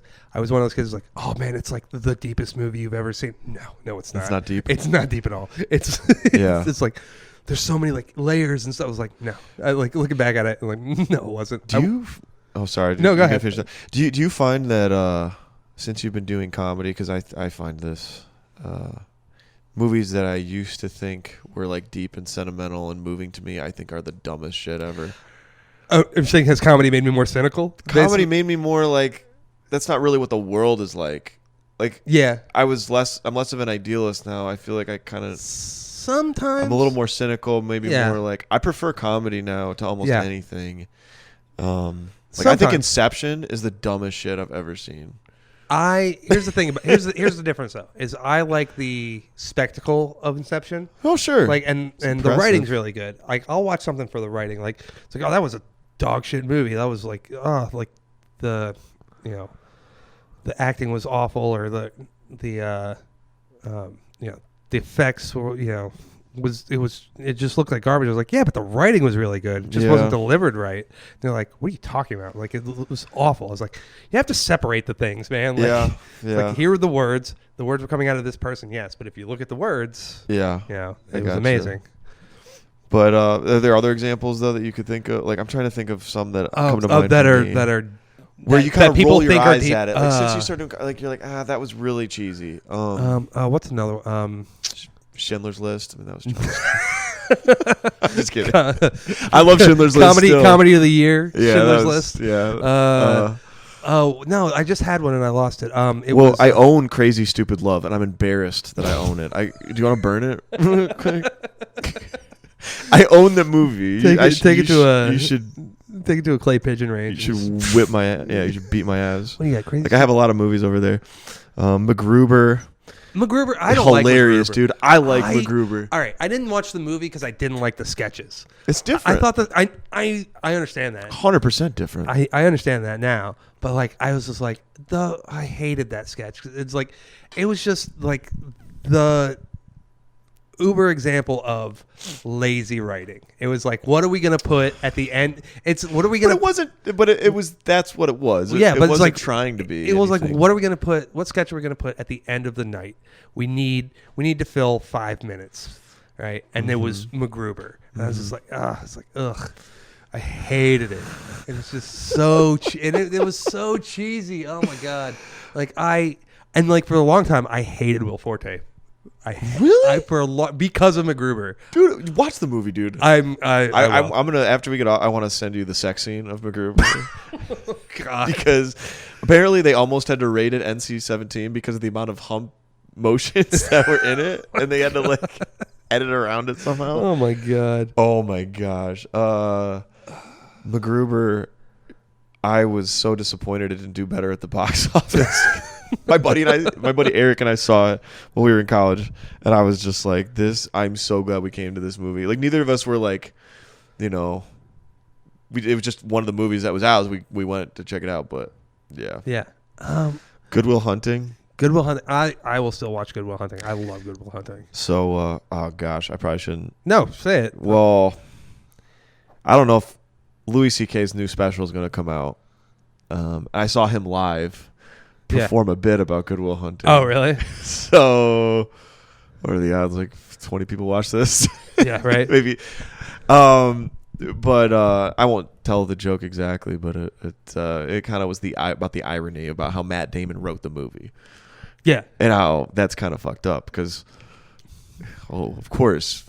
Matt Damon, he's this eccentric genius. Everybody's trying to figure me out. Right, like, and he gets the girl, and how he wrote the movie. Like, yeah. That was, I don't even know if that made it in his special, but yeah, I kind of see that and roll my eyes at Good Will Hunting a little bit. But I do too. But they're like, I haven't watched in a long time, but I will go back and watch basically all the therapy scenes with him and Robin Williams, and when he's talking to the professor when. Robin Williams is talking to the professor in the bar about how the professor wants to use him for his genius. Yeah, use ride him, Jerry. Yeah. It does play with some pretty cool themes there. Yeah. There's a series on YouTube by I think it's My Little Thought Tree, and he analyzes all the therapy scenes of Good Will Hunting. He's a clinical therapist.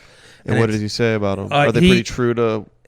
He said it's fairly true. Like, there's a couple things that are like for dramatic purposes, like, crossing lines that shouldn't be crossed or whatever. But it's for the most part, it's pretty accurate therapy. Have you ever been to therapy? Yeah. Yeah. Yeah. What did you guys talk about? I'm just kidding. I actually stopped going because he asked me. I walked in one day and he asked me about sports. He goes, "So you like sports?" I was like, I mean, yeah. That's not what we're here to talk about. Yeah. I don't care how the Jets did or how the Bears did today. Yeah. I'm here to talk about why I can't sleep at night and why I'm anxious. Yeah. So can we get to that? So you saw it for anxiety. And, anxiety, depression. I've major depressive disorder with related anxiety. Okay. Yeah. So is it something specific? Like, Is there just clinical depression that's severe? Yeah. Okay, pretty gotcha. much. It's and it's related to the Navy, which it was fun to learn. Cause so through the VA, I had to like fill out all this stuff, like fill out all this paperwork, and like basically. So you see the clinical therapist through the VA? Yeah. Okay, cool. Yeah. Yeah. And but they're like, they interviewed me basically. So what happened while you were in the Navy? It was like this, and this. And they're like, okay. And then they like go like they send me away, call me a couple days, weeks later, and like, so we think that your depression and anxiety are absolutely related to your time in the Navy. I was like, cool, great. Too much time in the submarine. too much. Yeah. Spent time in a metal tube. Yeah. Too much stress several around hundred people meters below the water. Yeah. Too much stress around people I wanted to hit. Looking at sonar screens. Oh my God. For 6 hours a day. Yeah, that'd be bad. It was. It'd be pretty depressing. There's still times though that like, especially like, flashbacks and stuff. Sometimes, yeah. Yeah. Like when I first got out, I was the girl I was dating. She said like, you sat up in the middle of the night and just started doing this with your hand. And she goes, what was that? I was gaining contacts on my sonar stack. Wow. I was like, I just sat up on the side of the bed and was just doing. She's like, what is that? I was like, that is how you gain contacts on us. I'm sorry. Wow. So I don't mean to make light of this either. No. So you had to unpack kind of that experience and how it was causing your anxiety and depression. Pretty much, yeah. So what did you learn through therapy about how to like deal with it? I mean, it was basically like acknowledging when intrusive thoughts or when depressive thoughts come in, acknowledging them, but don't obsess on them. Because that's another part of the problem is I have obsessive thoughts. Sure. So like I would like go into spirals about like, you know, a depressive thought or like, you know, I'm not good enough or what the fuck's the point of this? And you know, so it's like and I'm still learning. I got to learn to like acknowledge those thoughts, but also dismiss them and let them go. Mm-hmm. So yeah, I mean, I feel like I've never been to therapy. I want to go really bad. I think everybody should go. Yeah, like, I don't think there's regardless of what your mental health level is. Yeah. Everybody should go. It's not gonna hurt you. Yeah, right. I don't think there's as much of a stigma on it now either. Right. Like 2021, dude. I mean, people will go to therapy all the time. And dude, it's a chaotic world, dude. There's chaos. It's mayhem out there. Yeah. Like finding your way in this chaos is in and of itself enough to produce anxiety, crippling anxiety. Really. Like, what do you even do? Like, right. Well, that was like we live in a modern economy. You know who Drew Lynch is? He's the comedian that stuttered. He was on America's Got Talent. Maybe he's got a pretty bad stutter, but he had a special and it's on YouTube. What was his name again? Drew Lynch. Drew Lynch. Okay, I'll look him up. And he's got like, it's like you heard, you know, just hearing about these new depressed people. It's like I've been a subscriber for years. Fuck you. Yeah. Now everybody seems everybody's depressed. Like, well, I mean, Mm-hmm. What are you so sad about? Like the awareness of death. Have you looked outside? Do you know you're gonna die someday? Start there. And everybody else around you. The world is on fire, literally and metaphorically. What do you think? Yeah, I think I've only done like self therapy in terms of like I'll go on YouTube and try to figure out what's wrong with me. Yeah. Like, yeah, I've done that. Yeah, I'm pretty sure I have ADHD just based on the TikToks that I watch. Okay. Yeah, TikTok. That's crack for your brain. I have TikTok too. Thankfully, I don't really go on it.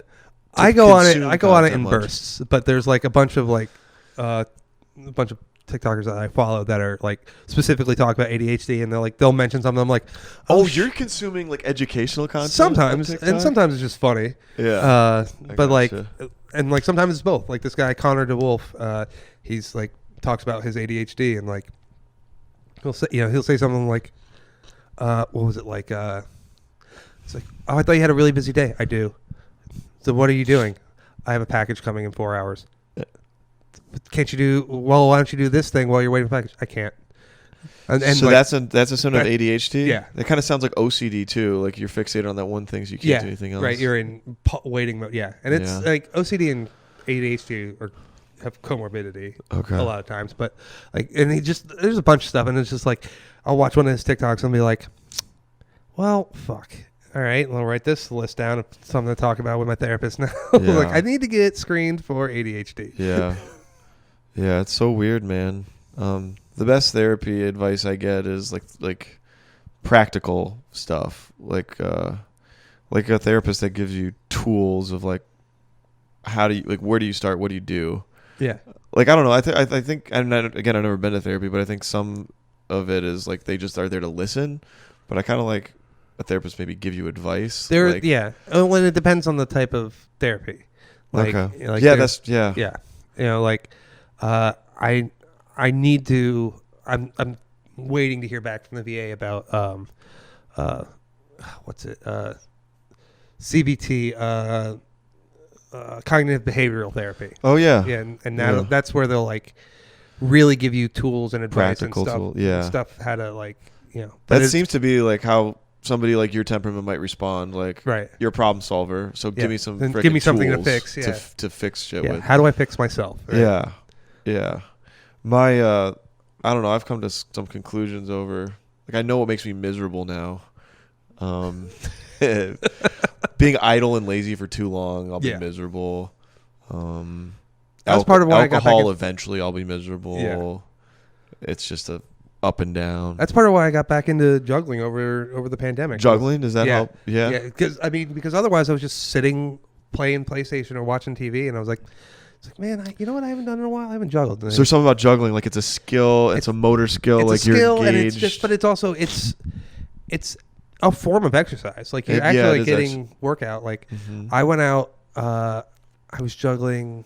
I had just gotten my knives. I have these like knives, and they're prop knives. They're not sharp at all, but they're still fucking metal, and they're pretty heavy. Yeah. I was out there juggling for like a half an hour juggling these things, and I come in. My dad, I was like, oh. My dad's like, "What's wrong with you?" I was like, "I think my arms are dead." He goes, "Yeah." He goes, "Why?" I go, and I handed him one of my knives, and he goes, "Because they're like this big. They're like sabers, basically." Right, exactly. And he goes, and he like flips it in his hand. And he's like, it's not that heavy. I was like, okay, now juggle it for half an hour. He goes, oh, okay, yeah.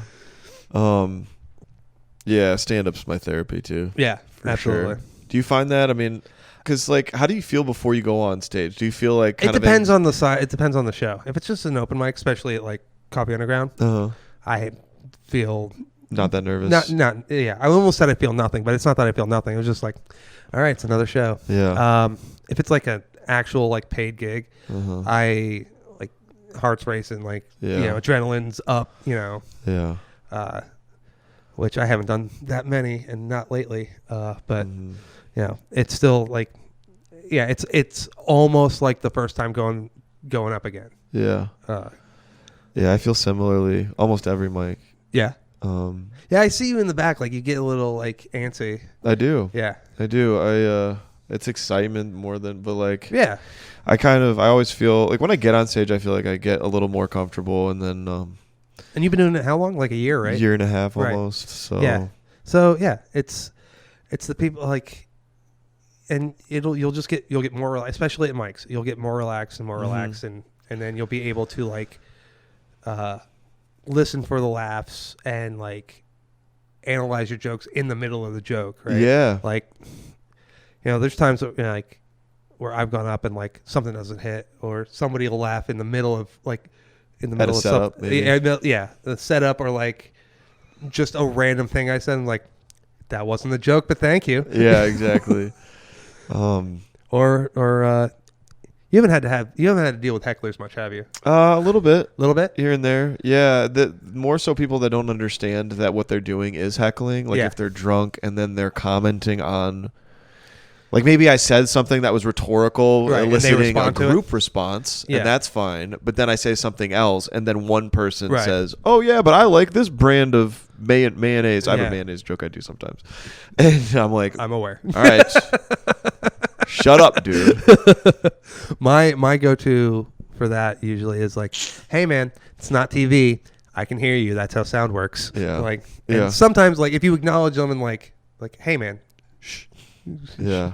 You know, but like, I don't like. If I like to be nice, so it's hard. I like to be nice too, and unless it gets obnoxious. Yeah. Unless it gets ridiculous, and then you're just like, all right, man. Mm-hmm. Like, and I will lay into somebody. There was one night at Habiba's years ago. Years and years ago. There were this table of kids sitting right up front by the stage, and they were just talking through everybody's sets the whole time, and like weren't there for comedy, just smoking a hookah, you know, whatever, right? And I got up and I was doing a joke about the BBC, like the British television, right? BBC, and this kid goes, huh, big black cock. I'm like, and I was done. Like I'd already I'd had a bad day, and like I was just gonna like try to have a good set at Habiba and like relax, right? Yeah. But I was just already like keyed up, and this kid, huh, big black cock, and I went like just immediately like, oh, okay.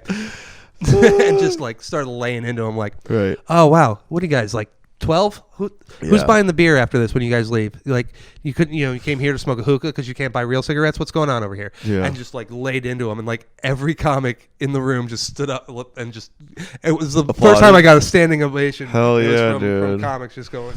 Like, yeah, dude. And afterwards, Heath Stone came up to me and he's like, "You need to be angry on stage more." I was like, "No, man, I've tried it. It's exhausting." Yeah. I mean, I know I'm good at being mean, but I don't. Yeah. I don't like it. I like a good Colin rant, man, for sure. Yeah, it's funny how audience members, because like the comics applauded you and gave you, but like when there's a heckler that gets put down in a general audience, the audience applauds a lot of times. Yeah. Like they know. I guess it's pretty intuitive to know, but like they don't want the show to be interrupted, and they don't like the heckler either. Right. So they're kind of rooting for the comic. Yeah.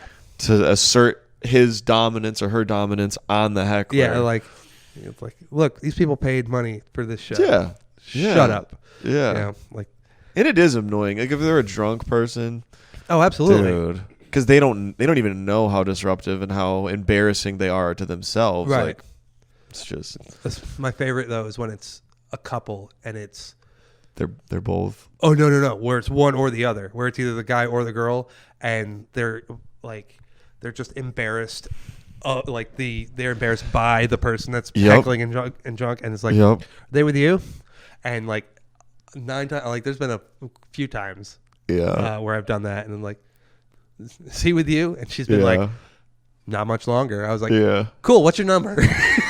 Dude. Nothing. Would never do that in real life. Dude. On stage with a microphone? Absolutely. Dude, have you seen I Think You Should Leave with Tim Robinson? Yes. Dude, do you remember this just reminded me of the sketch with the magician and he and his wife he calls him up and then he like gives him shit in front of his wife. And then he thinks it's fine and then she's like, "Why the fuck did you stand up for yourself?" "He's a fucking magician. You just stood there and he made a fool of you, Charlie." And then she's like, "Look, we'll stay together for the kids, but we're going to get a divorce." Like, as soon as he's 18. Yeah, and then he goes back to the magician and they ask for volunteer. He's like, "I'll do it." And he goes up there. "You ruined my fucking life. I make twice as much as you." Oh God, dude! Why the fuck did you stand up for yourself, Charlie? Yeah, I just quoted that whole friggin' thing for anybody. Man. But like, that's dude, one of my favorite things. Like when Craig and I first started doing Secondhand Futon, my dad's like, "You guys know you're gonna have to write your own stuff." We're like, "Yeah," because we grew up quoting Monty Python and Kids in the Hall, dude. And we quoted State, shit. And like he's like, my dad's like, dude, quoting stuff was like the old school meme. I feel like. Yeah, well, that's like, how people exchange humor. Like, I'm not my parents are slightly shocked that I like got into comedy. I was like, really? Because that was all I would watch, like Comedy Central nonstop. Like if the TV was on and I had control of the remote, Comedy Central was on. So I was watching, like Monty Python, Planes, Trains, and Automobiles. Every Comedy Central Presents, Pulp Comics, Premium Blend, all that stuff. Right? I could quote I used to be able to quote like the majority of a Gallagher special. Yeah. Like it was ridiculous. Yeah. Yeah. Yeah, And, dude. and my dad's like, you know, you're going to write your own stuff. I was like, yeah, that's how this works. Right. But we're going to be able to like Yeah. figure out our own thing. For me, there was definitely a jumping off point where I did have to like be brave enough to write my own thing versus that was definitely different. I felt way out on a limb. Yeah. Like, but it was also simultaneously the most exciting thing I had ever tried to do. It was like, this is my own joke. Yeah. This is my own It's like, thing. I wrote this. This is about my life. And Yeah. if other people thought that was funny, I was like, oh my gosh, Right. that is so cool. Right. And like you write the first time you write a joke that works is like, oh, wow, I can do this. Mm-hmm. Like my Clue bit. God. Yeah. I wrote that and just like the first time it hit, I was like, huh, all right, well. Yeah, you don't really relish in it. You're more like, cool. And Yeah. then you kind of on to the next one. Yeah, maybe. then you're on the next. But like in your head, you're like, holy shit, what the hell? Yeah. Like, Yeah.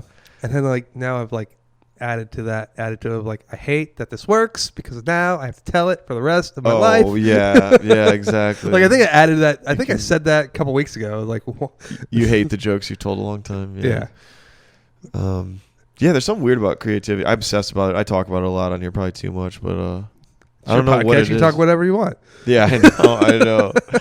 But I don't know why. It's like just a different part of your brain that's like trying to form stuff out of like nothing, and then Yeah. when it comes out and it's something, it's just a trippy,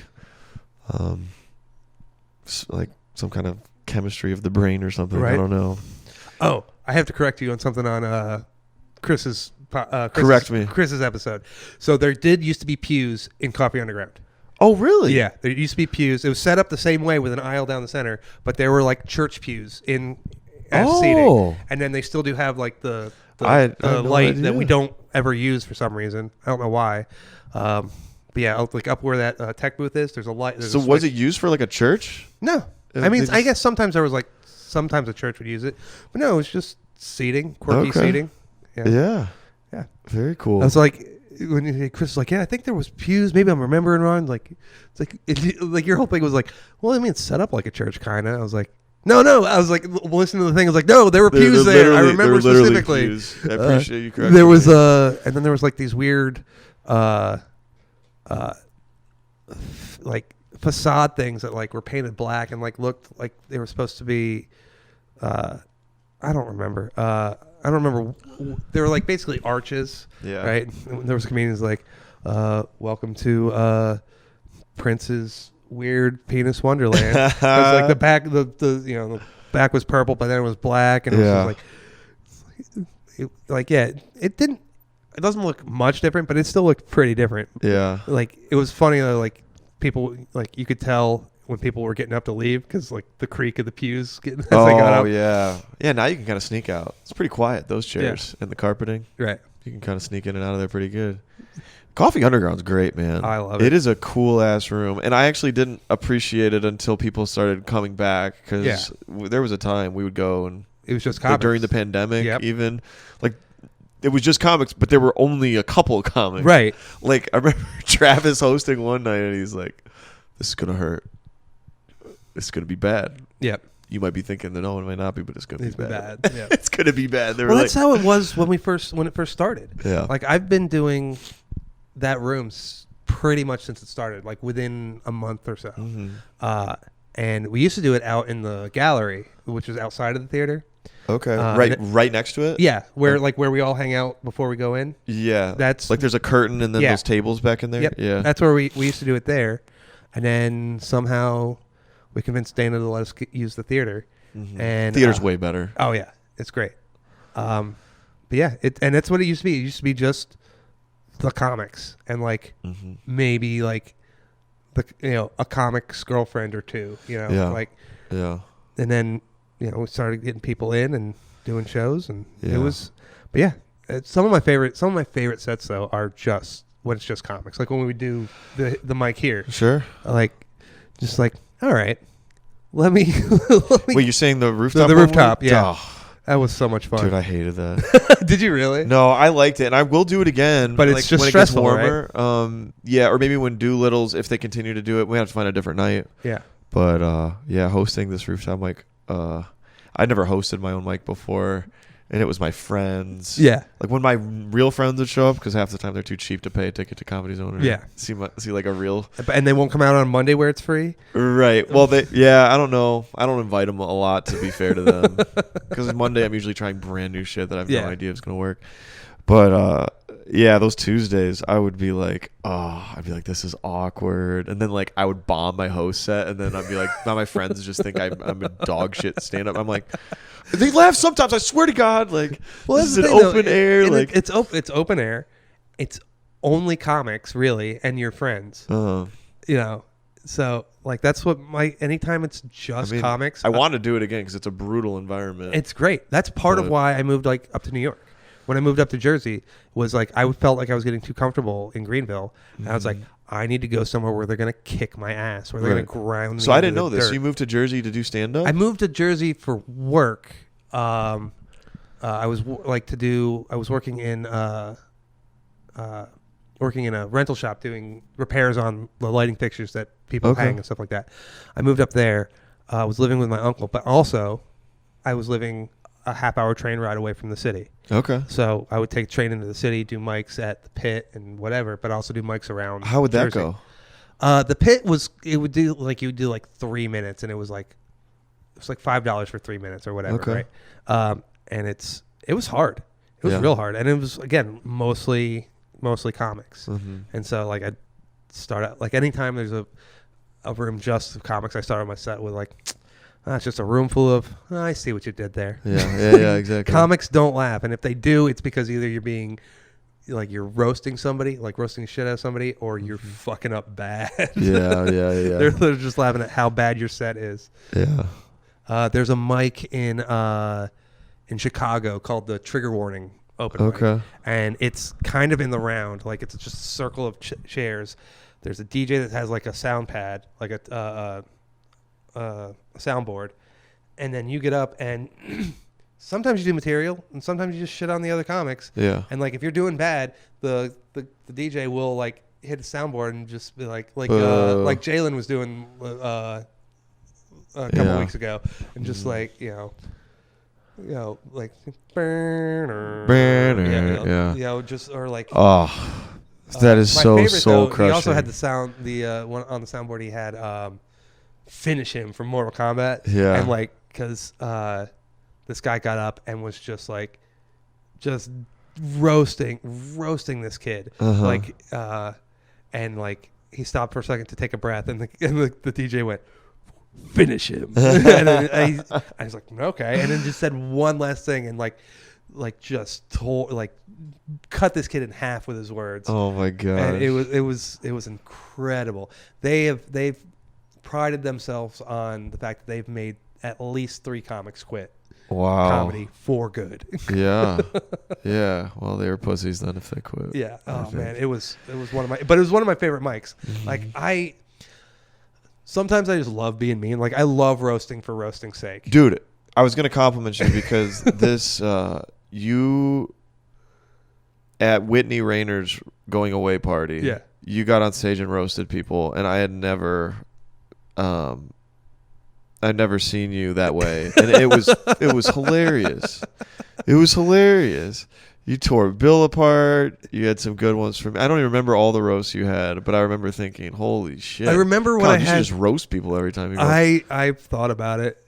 I got off stage and Jalen's like, "You need to do more roasts." I was like, "Put more roasts on and I'll do them." He's like, "All right." Yeah.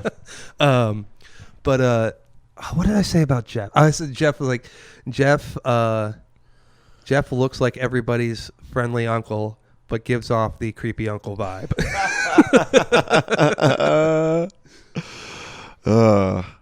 What did I say about Cassandra Jane? Tits aren't a personality. Tits aren't a personality. Yes. I really wish Bill had been there though. Like Bill wasn't there. Yeah, he wasn't there yet, and I was so pissed because I was like, oh man, like I had some good shit, and then like everybody else, like Rory and all them, was like, I don't know you guys, so you know, I can't roast you if I don't know you. Like, if you've been doing comedy for less than 6 months, sorry. Yeah. You said that to everybody else? I said that up from the stage. Yeah. I was like, if you're doing comedy for less than 6 months, you're not worth my time to roast. That's funny. Have you ever seen Liar Liar? Yes. Remember the guy's name? You can't remember. He hey man, he's like, hey, you're not important enough to remember. It's like a 6 month and under comment. Oh gosh. Yeah, dude. I remember those. Yeah. What was your roast of Whitney? Whitney. Oh, it's like just what LA. You're just what LA needs. Another neurotic, flat-chested woman who thinks she's funny. That's just what LA stand-up needs. Good job, Whitney. Yeah, that's original. I hate that I'm good at it. It's one of the things. I was like, you're really good at being mean. I was like, I know, and I don't like it and here's why. It's because I grew up nerdy and got bullied a lot, so I learned to defend myself with words. So like I can I find your biggest insecurity and just shine a spotlight on it. Like that's how I got out of fights. You've been there yourself. Oh yeah. Yeah. That's how I got out of fights. Like I would get picked on about especially about growing up in the South. I was Catholic, right? And so I'd grow up Catholic. My preacher said, "You're going to hell." Like, I don't know that your preacher's read the Bible. Like, what are you talking about? I was like, what have you read? Like, I went to my priest at one point and was like, Father, I need more books on the catechism. And he thought he had yes, I got one of the Keane boys is going to be a priest. No. I need to defend myself against idiots at school. Yeah. Why do y'all worship Mary? We don't worship Mary. Yeah. We think she's important. Yeah. It's amazing how far it's come since. I don't think most Christians would condemn Catholic or well, my whole thing was other denominations. I kind of feel like Christianity now is kind of all melded together. I don't know that anybody would say Catholic's going to hell based on doctrine. There's still Bob Jones. Bob Jones still exists. Really? Yeah. So Todd A. Davis thinks you're going to hell? Yeah. But I mean, shit. No, well, probably not for being Catholic. Probably for other reasons. I love Todd. I haven't seen him in a long time. Yeah. I was glad to see him on your podcast. Yeah. No, but it was people were like, well, Catholics aren't Christians. I was like, yes, we are. We're the first Christians. Like, what do you think is on the cross? Yeah. Without Catholics, Baptists wouldn't exist. Yeah. Well, what do you mean? Like, I called somebody Protestant. I was like, I'm not Protestant. I'm Baptist. I'm like, well, you don't understand set-subset relationships. Right, exactly. Like, you don't understand hierarchies or org charts. Yeah, right. Oh man, that was one of my favorite things. Like, you don't understand set-subset relationships. They're like, what? I was like, okay. I used my intelligence as a weapon, and it got me in trouble a lot. Yeah. It didn't make me a lot of friends. Yeah. So, what do you want to do with your? Do you want to continue doing what you're doing now with your? With lighting and stuff? Yeah. Man. Do you have anything else you'd like to do in that capacity? I have literally no idea. I would like to get back on the road and tour, and be an electrician on the road again. That was fun. And the money is great there. But then I'd also like, if that doesn't work out, I'd like to get a house gig here in Greenville, and Are you still? Do you have a house gig here at the Peace Center, or no? is it kind of like contracted? I work freelance. Yeah, You're freelance. Yeah. Okay, that's badass. Actually. Yeah, I work. Actually have tomorrow. No, Friday. Friday I have to go to some storage unit in Pelzer, I think, and work on these moving lights for Carolina Ballet Theater. Okay. Yeah, my buddy called me up. He was like, hey, can you do maintenance on these lights? I was like, yeah. Here's my day rate. He's like, okay, I'm going to pass you on to Hernan, who's the Argentinian guy. He's the artistic director for CBT. And I go, oh, great. Because he is awful at explaining things. I've known the man for years, and he's like, every time I meet him, every time I see him, I'm meeting him for the first time. What is this? He's the artistic director for Carolina Ballet Theater. Okay. He's Iranian? No, he's Argentinian. Argentinian. Yeah. So you're racist against Hispanic people? No, he just has a very thick accent, and he does not explain things very well. I don't know that that's an Argentinian thing. Pablo. I think that's an Hernan thing. Is what I think. Habla más despacio, por favor, por favor. No, that's cool. That's cool. Yeah, it was. So it's all freelance work. Yeah, it's all like. I mean, I have like 1099s and a couple W-2s with places around town. But like, yeah, it's mostly just. And you like, feel pretty comfortable. You're able to pay your bills like that. Yeah. And yeah, dude, that's awesome. That in of itself is great. Like yeah. your own. I mean, like during the height of the pandemic and everything, I was struggling. Yeah, that's why I moved back here. Like I was living in Chicago, and it was like, oh shit, you were living in Chicago during or before the pandemic? Yeah, for like 2 years. Oh damn. Yeah. Okay. Yeah, I should have done more homework on it. Sorry. That's all right. Yeah, I was living up there. I went up there again for work. Lost the job that I went up there for, and then was working freelance. And I had 3 months of work lined up for like Chicago Shakespeare Theater and a couple other theaters around town, around the city. And then March 13th, they're like, "Hey man, we're gonna shut down." I was like literally working on a piece of equipment. He's like, "You should put that down." I was like, "Oh, okay, I see what's happening." So I'm gonna go back to South Carolina. March 13, 2020. Yeah. Yeah, I remember that day. Yeah. I was like, "All right, well, I'm gonna head back to South Carolina for a couple weeks, and when this all clears up, I'll be back up." He's like, "All right, yeah." A couple weeks, maybe a month is what I thought, and then I was down here for like 3 months, and then. And then it just kept going. Well, yeah, and all my stuff was still back in Chicago, so I was like, basically paying $700 a month to store my shit in a apartment in Chicago. Yeah. So I went up and like sold a bunch of stuff and moved all my stuff back home and was living with my parents for a while. Yeah. Well, yeah, dude, a house gig here would be sweet. I think. Yeah. Greenville's more and more of a destination, and it's getting better. It's getting bigger, and the theater community here is getting bigger and better, and it's there is an untapped resource in Greenville as far as like theater technicians go. There's like a ton of super talented people that nobody knows about. And that's a highly sought after position. Yeah, I mean, there aren't that many people in the country that are specialized in this stuff. There's not really, but it's a huge community, but it's also a very small community. Like there's a number of people. There's people that I have met, like on shows that are coming through Greenville, like Broadway shows and whatever, that know my brother and know my uncle through working with them. Okay, so your brother and uncle both do this too. Yeah. Okay. Yeah. Gotcha. Yeah, it's insane. Like there's a couple shows coming through this season that I know people on that I've worked with. And then that I know through my brother. And it's just like, it's a small fucking world. Yeah. Like, I had no idea about this. I used to go when I was on the road. If I would go, when we would go to, when we were in a house, like whatever theater, I would go find the wall tags and find my brother and my uncle and 90% of the time I could. Yeah. Yeah. 90% of the time I could find like, it's like, oh, there he is. He was here with this show and this show. And then my uncle's been there with like, he's been doing this my whole life. Right. He was on the road forever. And so like, I'll find like 5 shows that he was with on the, like tagged on the wall.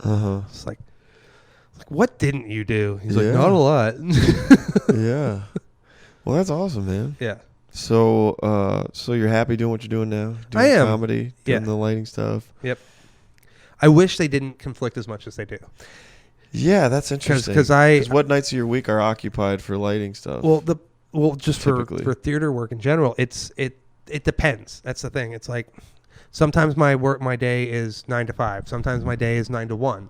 Sometimes my day is 1 to 9. Right, like 1 in the afternoon to 9 night. Sometimes, like when we were loading out Hadestown, I was there from 11 a.m. to 3 o'clock Monday morning. Oh wow! 11 a.m. on Sunday to 3 o'clock in the morning Monday morning. Oh my gosh! Yeah, and which sucked. But that check was nice. Yeah, yeah. Because after a certain time, you get like time and a half, and you get different rates for show call. It was just like I got that check, and I was like, Ooh, yes, please, more of that. I don't care that I was barely. No, it wasn't even 3 o'clock in the morning. It was late. It was later than that. It was like 6 o'clock. Holy shit, that's right. It was like 6 o'clock in the morning when I left. Damn. It was bananas. Yeah, you're solving a problem though, right? Well, and basically just taking stuff out of the air and throwing it into a truck. Oh, well, that kind of sucks. Yeah, it's basically basically just throwing cables in boxes, putting lights in boxes, and then pushing those boxes onto a truck. Yeah. It was just a long day. Is there anything you want to do creatively that you haven't done yet? I'd like to write a show, write a script that I'd like to do, like a play or a like Broadway musical or something. Just anything, a play, a TV show, something, movie. I don't know. Mm-hmm.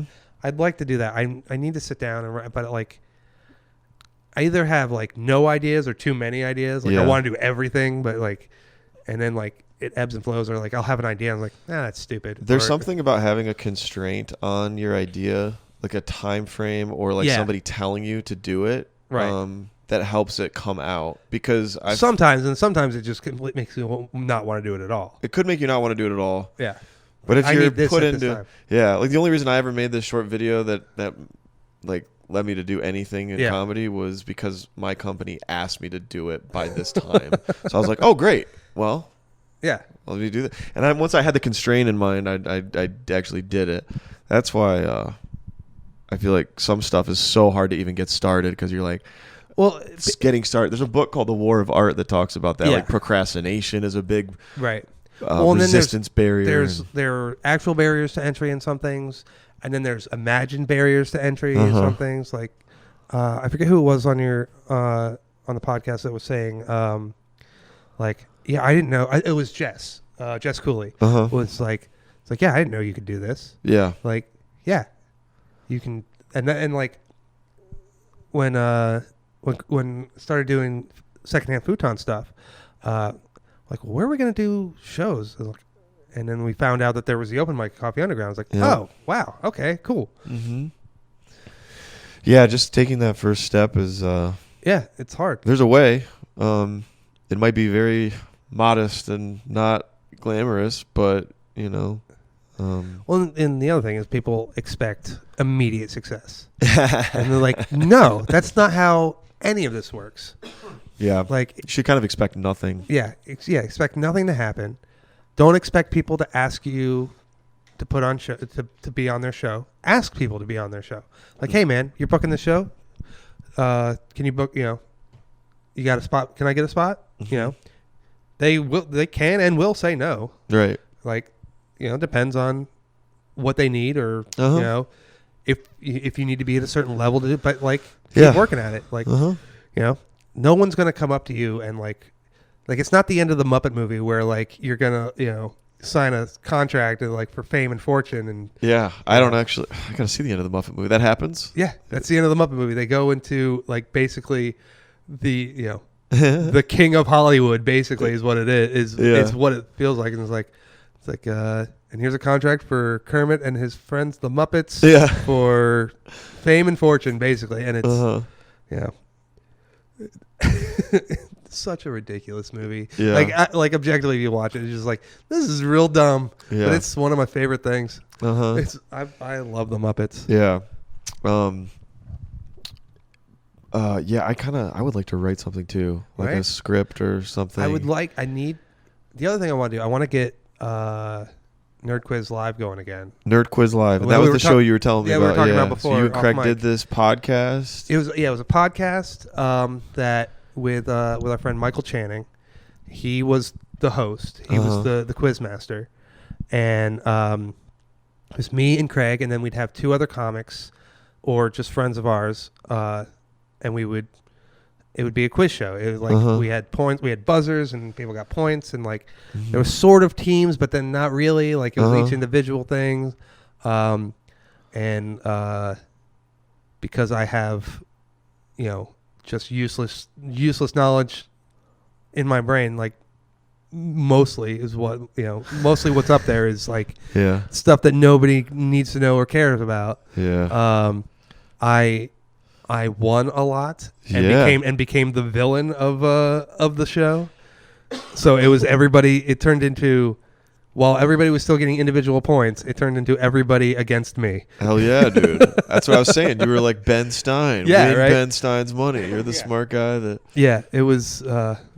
Well, I don't know if it's smart. It's just I memorize a lot of nerdy shit. Hell yeah, dude. You're a good person to have on the podcast, or like any podcast. Like you should have your own. Like I've thought about has it. A lot of knowledge. Hell yeah, dude. I've thought about it. This makes things interesting. I just don't know what, like, I've been trying to convince Craig to do a podcast with me, and he's like, the world doesn't need another podcast about two white guys talking. The world doesn't need another person saying everybody has a podcast. Yeah. That is becoming cliche. Yeah. Saying everybody has one is becoming Yeah. It started And to, like, does that make sense? Yeah, and it we've started had- to swing back. Yeah, and we've had, and I like, get it. I get it too, but also like he and I have talked about like having like doing like a fiction podcast, like a story like Welcome to Night Vale or Where there's actually continuity to a story. A story, yeah. We've talked about that. That'd be And a then- lot of mental heavy lifting. Oh yeah, we've talked about that. We've talked about bringing back Nerd Quiz, but we need to get the blessing from Channing or get Channing back to do it. To me, that'd be hard. Is it because don't you have to have all three of you there every episode live? Kind of. You do. You do, but if we schedule it right, it's fine. Like we did a live show once. We did the live show once a month. Okay. So it was easier to schedule. Yeah. Unless something insane happened. Right? Yeah. Yeah. I've tried to convince him, just like me and him talking, like as like when we used to drive up to Asheville all the time. We were gonna just our conversation, just get a Zoom recorder and and start talking. And I've recorded one in the car with this setup. It's not bad. It's not bad. No, we did it. It's not that. I mean, I was driving, so a little dangerous, but not terrible. Yeah. But if you just get a Zoom recorder, turn it on. It's like recording your set. Like you just forget it's there and you just talk. Right. Right.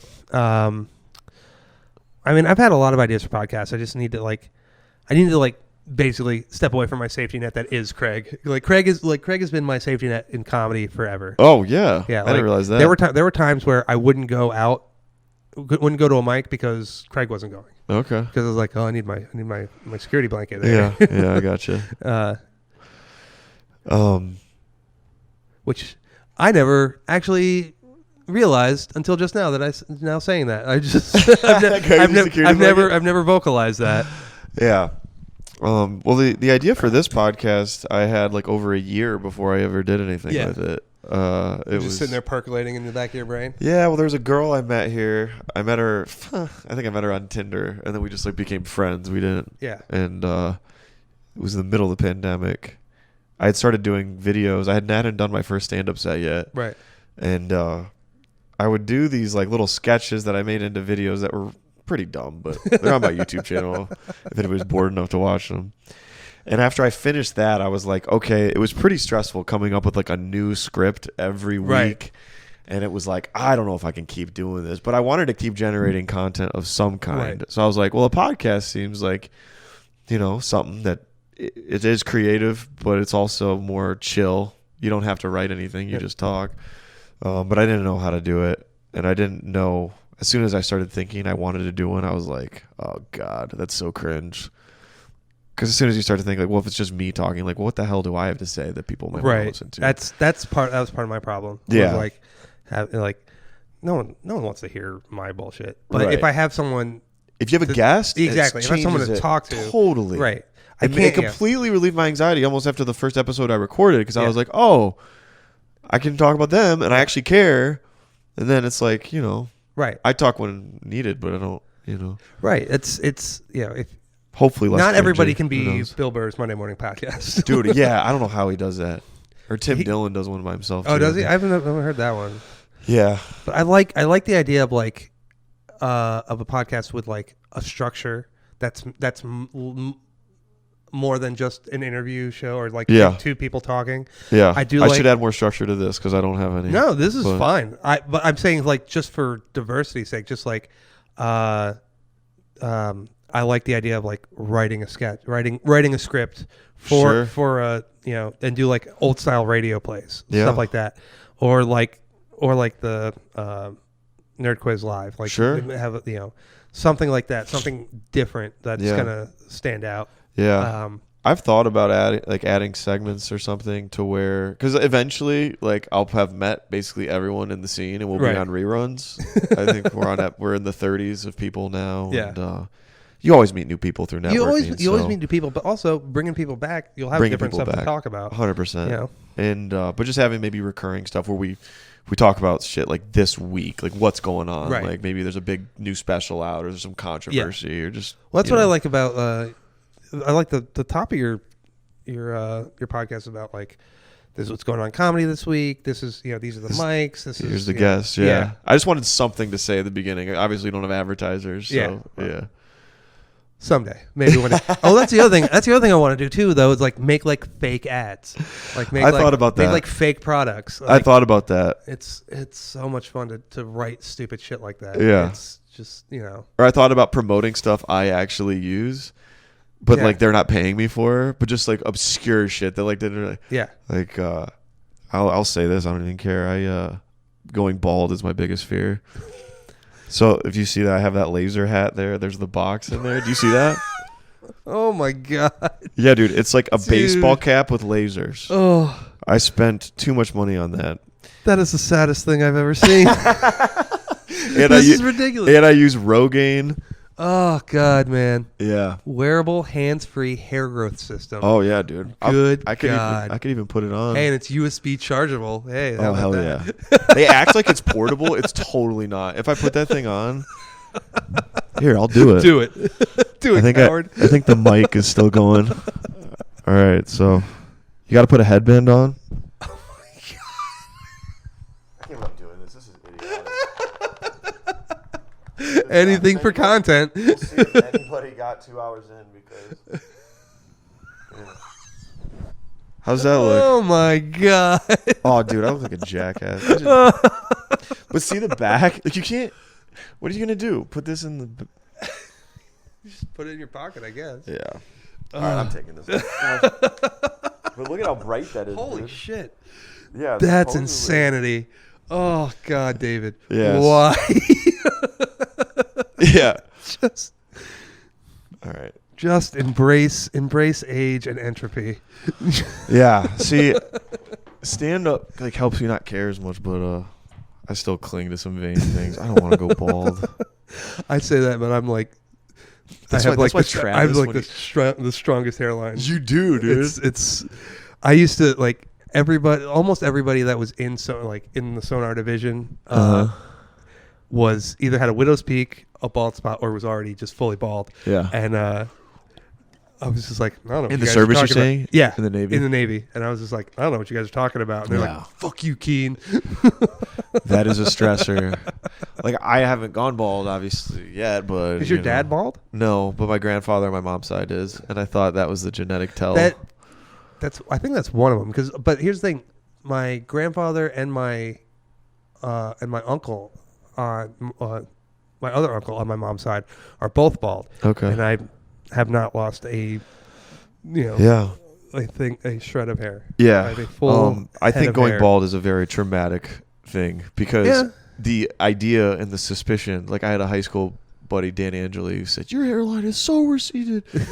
And I couldn't stop thinking about it. You know, there's a kid that points something out and then you obsess over it.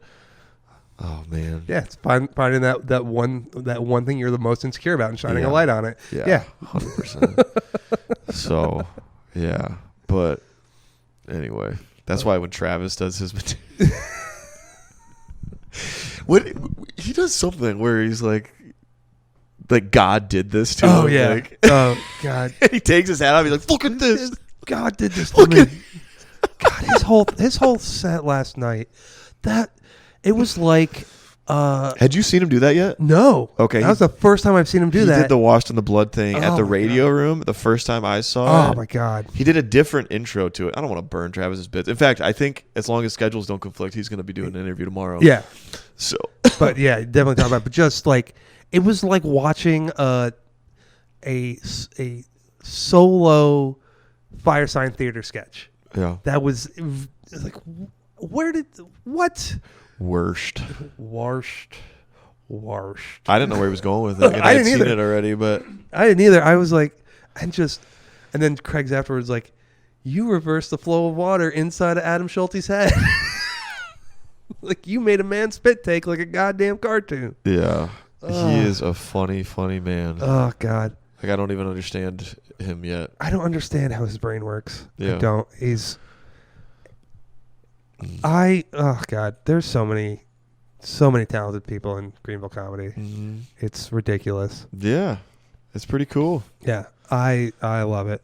And I love that like the scene is resurging because like I said, it died for a while. Like for the most part it was like me, Craig, Schulte, and a handful of other people, but it was like not great. And not like the comics weren't funny. It was just like there wasn't a lot of energy around not a lot of energy. And like my favorite thing about stand-up, my favorite thing about comedy is the hanging out afterwards. Yeah. It's like the hanging out and talking and like riffing 100%. and all that stuff.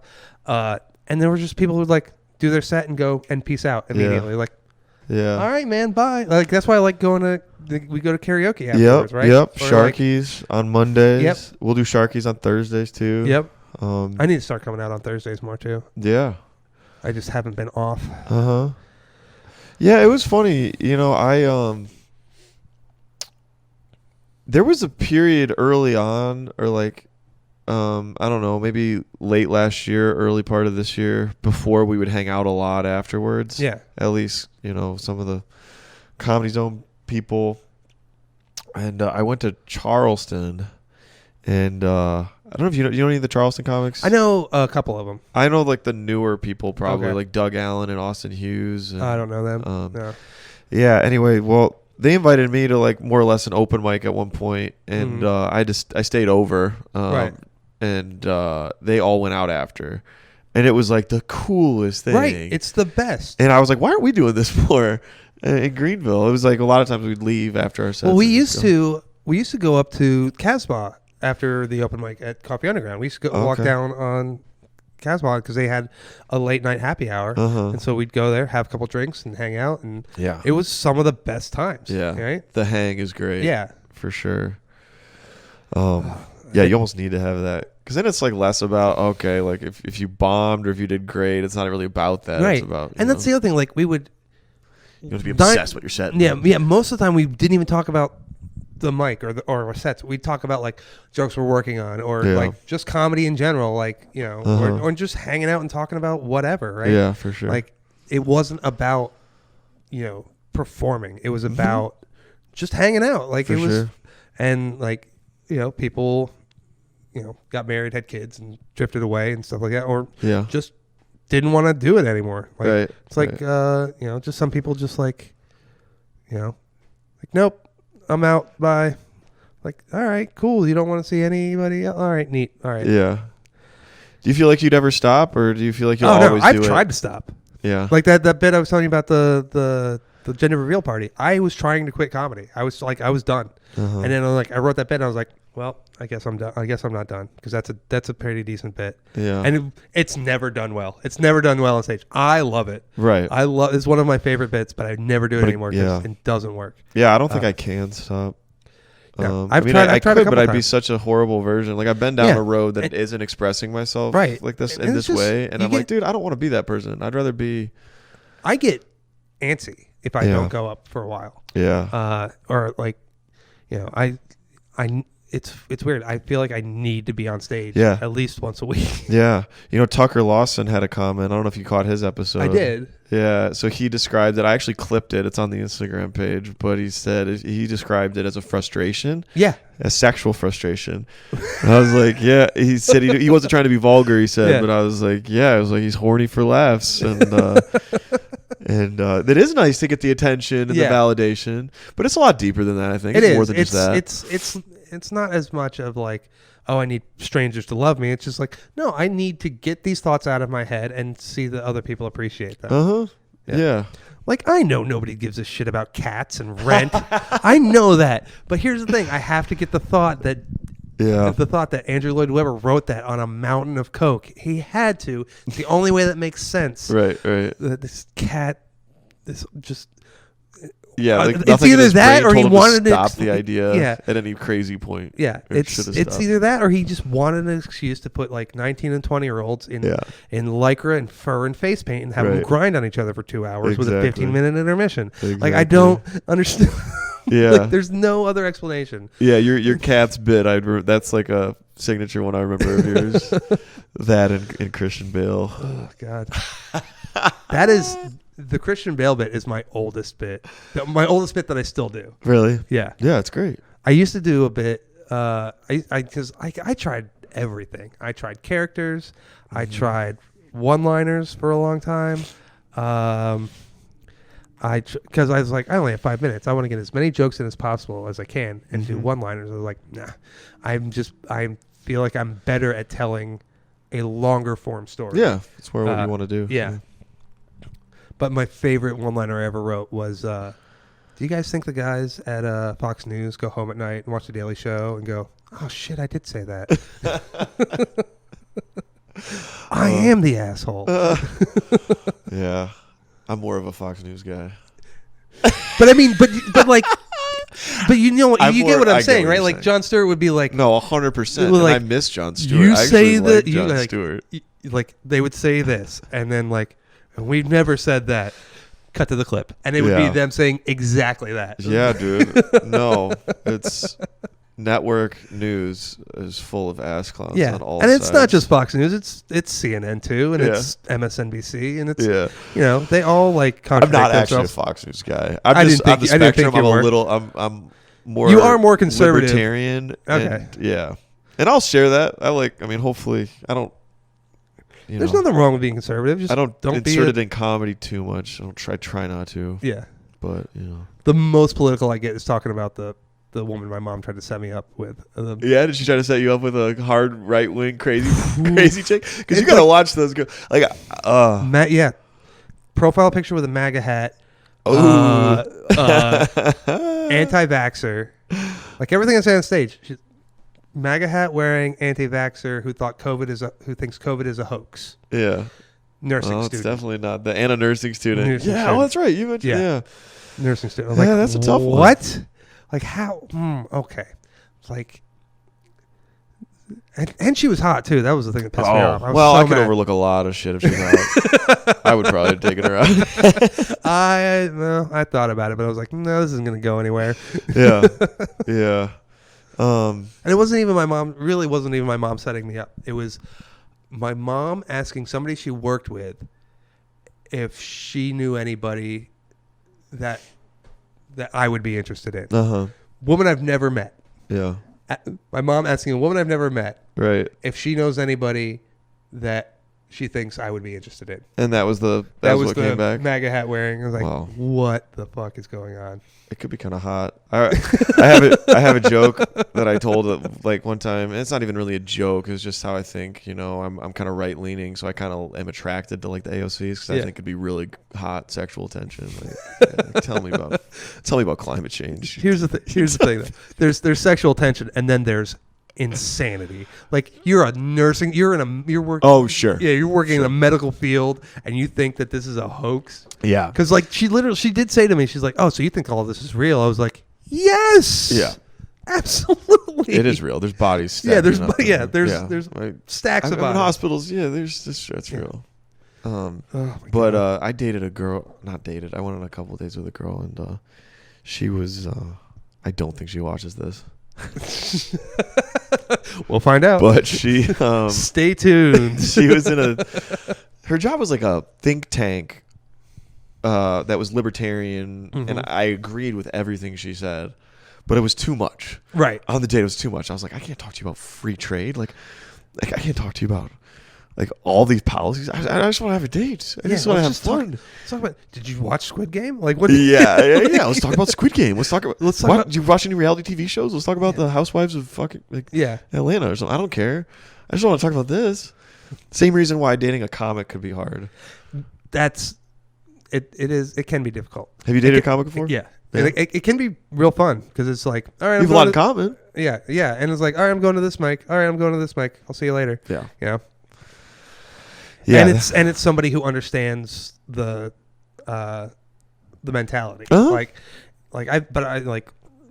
When I first got into this, the girl I was dating was not. And I was like, you should come out to the show. She's like, I don't want to hang out with your stupid comedy friends. I was like, well, my stupid comedy friends are smarter than all of your friends, so all of your stoner friends. So I don't know why you're calling them stupid. That's unnecessary. Yeah. And then she was just like, why are you going out all the time? I was like, because I'm going to a show. I'm doing a show. She's like, you're not going to make anything out of this. I was like, no. What a bitch, dude. Oh, man. This is the girl that ruined my life. Like, she destroyed me. That statement right there is one of the most... That is like the meanest thing anybody could say. That you're not going to do anything with this? Yeah. Yeah. Because respectfully, F you. And like, if you've ever tried it, I have more respect for anybody.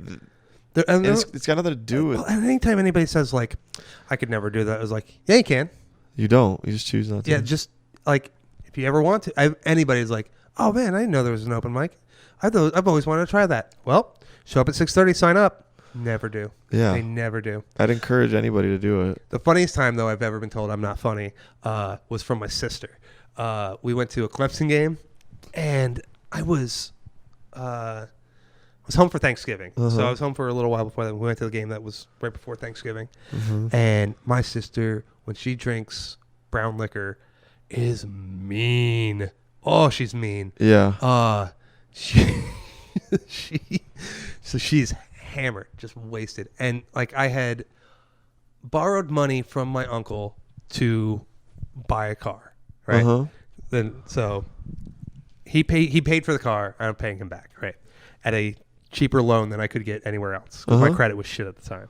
And so my sister's like, well, why don't you just drive your car? We were at the game, by the way. We all rode together. Or no, we met her there because she was living on. She was going to school there, so she was living on campus.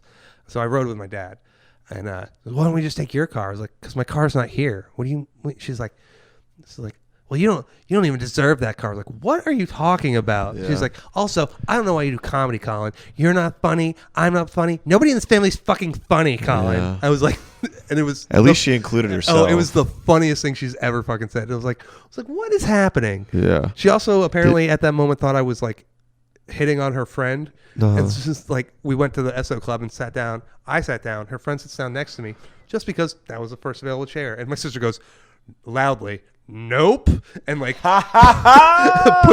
pushes her friend down and like sits between us. She's like, that's not gonna happen. I was like, what is happening today? So like, she just likes to tear you down. Well, no, she's just mean when she's drunk on like whiskey. Did you take any of that personally? Oh no. Okay, No. I was good. laughing the whole way. I was just like, what is wrong with you? What happened? Yeah. Who hurt you? Yeah. Dude, so I take criticism pretty harshly sometimes. Oh, me too. But when it's my drunk baby sister. True. True. So this is also the same girl who at my brother's wedding, it was the girl. It was like I was dating the girl that I said ruined my life. The one that was like, you're never going to do anything with this. Refused to come to my brother's wedding for a variety of reasons, right? And so my aunt, who lives up in New York, had come down. She's like, "Oh, we were hoping to meet your girlfriend." I was like, "Well, she had school she just got school in the morning, and she had to work late today, and she couldn't get off work." Blah blah blah. Making excuses for my girlfriend. And my sister, who was trash, goes, "No, she's just a bitch." She came through in the clutch with that one. She was right. But I didn't want to hear it at the time. I did not have the best reaction to her saying that. I lunged at her, and my dad put me into a wall. Oh my gosh! He's like, "No, he's like, you need to calm down." I was like, "Yeah, okay." Yeah, dude, it's funny. Sometimes family members can just know the right button just to turn it just a little bit. Well, they know that. Sometimes they're insightful too about the Yeah. girls you're dating. Oh yeah. I mean, I've had family members. Like, I've had 2 relationships end when they came home to meet the family. the last 2 serious ones that were over 6 months. I could just see it in my family's eyes. They were nice, but they were like, Yeah. What are you doing, David? They're like, I was like, I don't know. She was cute. They're like, seems fun. I don't know. Maybe I shouldn't be listening to my parents all the time. There's the other thing. Maybe I should think for myself. Yeah. Think for yourself. Like, take what they're saying, internalize it, and then see what you think. Back then, I didn't know what to think. Yeah. Oh no, dude, I was with this girl for 5 years. Like we were engaged. Oh shit. Yeah, we were gonna get married, and then we had one big last blowout, and I like called my mom. I was like, we just had a huge fight, like the biggest fight we've ever had. And did she come forward like, oh yeah, well this is all the things we've been thinking the whole time? Oh no. This was, they had come forward before that. Like, they had already. My girlfriend had been like basically isolating me. Yeah. Like from my family and friends and all that. Oh God. One of those. I realized much later that it was an abusive relationship. That was fun. Yeah. Like I was talking to a friend, a mutual friend of both of ours, and I was like, going. I was like, I'm still hung up on her, and then there's this and that and the other thing, and she goes, well, that's what happens when you're in an abusive relationship. I was like, nobody ever hit each other. And my friend goes, oh, honey. I was like, and that's when I realized, like, oh, shit. Yeah. Yeah. It's like, yeah. But I called my mom. I was like, can I come home?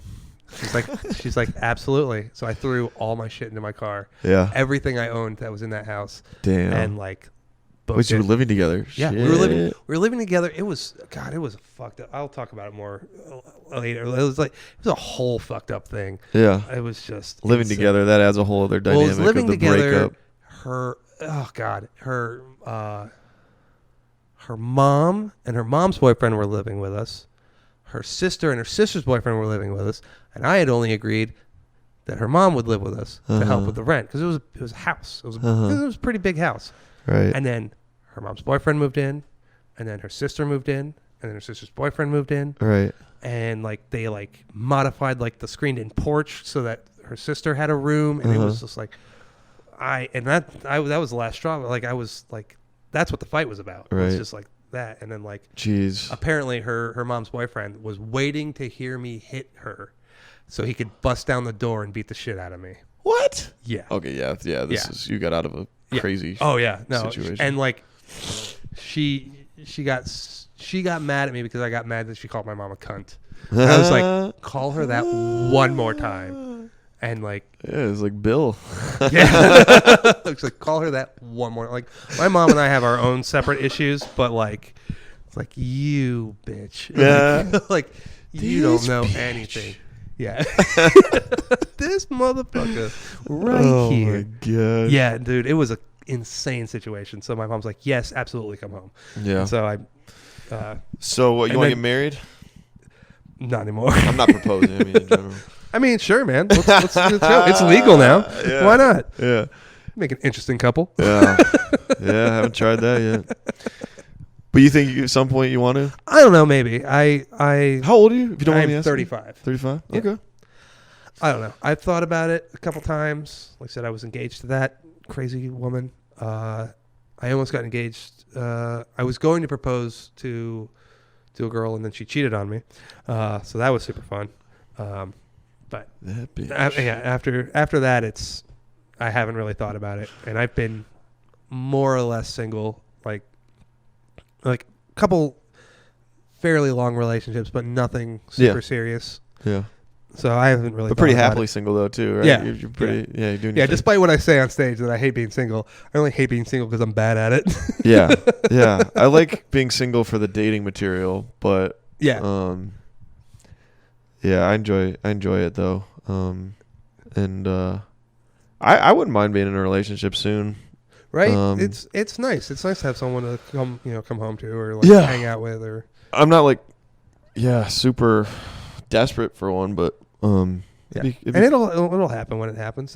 That's been my philosophy for the past couple of years. Yeah, half the battle is just getting your own shit kind of settled. Exactly. Because if you're in a bad place and you think the relationship's what's gonna fix it, that was my problem for a long time. Yeah, dude, me too. It's like me too. Oh, you know what's gonna fix everything? Dating somebody. Yeah, dude, I was so goal oriented. I literally had that on a goal that I like get married by X day. Yeah, well, I had all of these goals, and one of them was, okay, be intentional. Like, and it's good to be intentional, I guess, about dating and shit, but very, like, engineered. Like, okay. Yeah. Yeah. Because then you'll like end up in a bad situation. It's pretty romantic.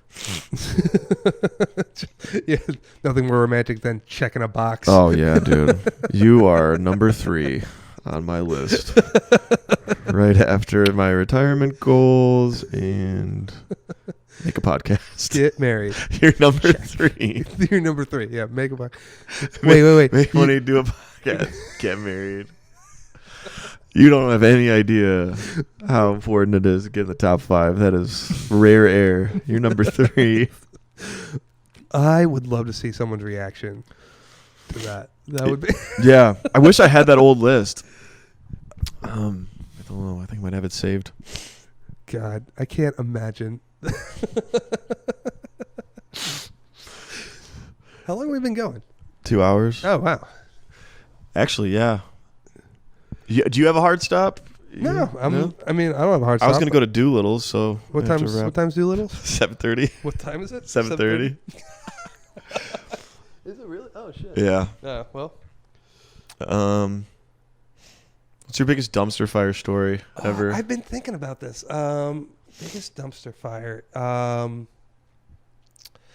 The year I was on the road with Finding Neverland. I was the assistant electrician for this touring production of Finding Neverland. The series of events that happened. The show was too big to fit in the spaces that they wanted to put them in. We didn't have enough time, and at one point, my head electrician, so basically my boss, my supervisor, booked a flight in the middle of the night and left without only told me. So I had to call my head carpenter He just said, F it, I'm out. Yeah, he called me up and he's like, I had a bad meeting with our bosses, and I booked a flight for 8 o'clock tomorrow morning. I was like, what? And he was already leaving. He was already going to leave. Oh, God. He was already going to leave. His replacement was there, and his replacement was supposed to, he was supposed to train his replacement for, 2 more cities. Right. And I was like, well, what about your replacement? He's like, he'll be fine. You guys will be fine. Bye. Peace out. On the course of this tour, I had gotten shingles and strep throat. And I was so stressed out, my immune system just bottomed out. So I got shingles. My girlfriend at the time, she's like, what? I told her I had shingles. She goes, isn't that for old people? I was like, thanks. Love you too. Oh my gosh. So I got shingles. I got strep throat. My head electrician bailed in the middle of the night. My girlfriend cheated on me. Yep. And one of my best friends died of cancer. Oh shit. It was a rough year. Oh, the cancer kind of. Yeah, and then I yeah. Story. And then I left the show. I quit. They're like, and there had been rumors that there been whispers that they were going to fire me anyway. Yeah. And I was like, no, fuck you. I quit. Yeah. You can't fire me. I quit. That way I could write this, make the narrative the way I wanted it. Why did you leave? I left because of X, Y, Z. Sure. Right. Absolutely. I left because my life was falling down around me. Yeah. And, so yeah, that was my biggest dumpster fire. That was a whole year. That sucks, dude. I kind of appreciate those stories where a guy just ups and leaves. Yeah. Oh, that is so epic. There's so many times in my life where I've wanted to just do that. Just middle of something. Well, part of it was I wanted to be home. So she was dying of cancer, and it was quick. She was diagnosed and then was dead within a month. Yeah, that's awful. Yeah. And they would not let me. They would not let me leave the show to go there's nothing you can do. There's nothing you can do there. Yeah. Everything you can do there, you can do here. I was like, okay, cool. I would like to be able to say goodbye to her. Yeah. No. She passed. I was able to go to the funeral. Had to leave the funeral to get on a plane to go back to work. Yeah. Because that kind of environment. Yeah, and it was because she passed. I went home, and they're like, well, you need to be back by this day. I was like, well, we don't know when the funeral is. Doesn't matter. Yeah. I was like, so I'm gonna have to leave. What if I have to leave before the funeral? I was like, you got to be back. Cool. And I didn't last more than another month there. Yeah, after that, I can imagine that'd be done. A deal breaker. It sucks when companies are like not understanding of things. Yeah, I mean, most companies probably are mostly about a bottom line and oh yeah, absolutely. And I get but some companies' cultures are cool where they'll be like, look, take every time you need. Yeah. Here's the thing. Yes, the bottom line is important, but the people are important. Yeah, of course. You need to take care of your people. Of course. Otherwise, your bottom line is going to be fucked up. Of course. Yeah. So. Yeah. I mean, and there was a lot of things on that show. Like, luckily, I also met a girl that, and she and I hit it off and dated for a little while. She lived in Chicago, and so we dated while I was in Chicago. Uh-huh. And she was there for me through this whole thing. Nice. And supported me like leaving. She's like, "You need to leave." I'm like, do I though? Mm-hmm. And then shortly after I left, she left. 'Cause she's like, "Yeah, I didn't realize how much you supported me." I was like, "Oh wow." I mean, I was literally crying into your chest. Yeah. When I found out my friend died. Uh-huh. In Wichita Falls, Kansas. Yeah. Oh Wow. God, it was rough. Yeah. It was a rough week. That was just the whole year. Mm-hmm. So that's my biggest dumpster That's fire. pretty good. 'Cause that's not just an acute incident. That's a season of life. Yeah. Oof, it was. Yeah, that's good. It's my least favorite year, but I did make some really good friends through that too. Hell yeah. So positive spin. Yeah, trauma bonding, man. It's a real thing. Dude, totally. I'm all about the positive spin. It's a similar the friendship I have with the people that I met on that show is similar to the friendship I have with people I met and served with in the Navy. Oh wow, yeah. It's kind of like that. Yeah. Very cool.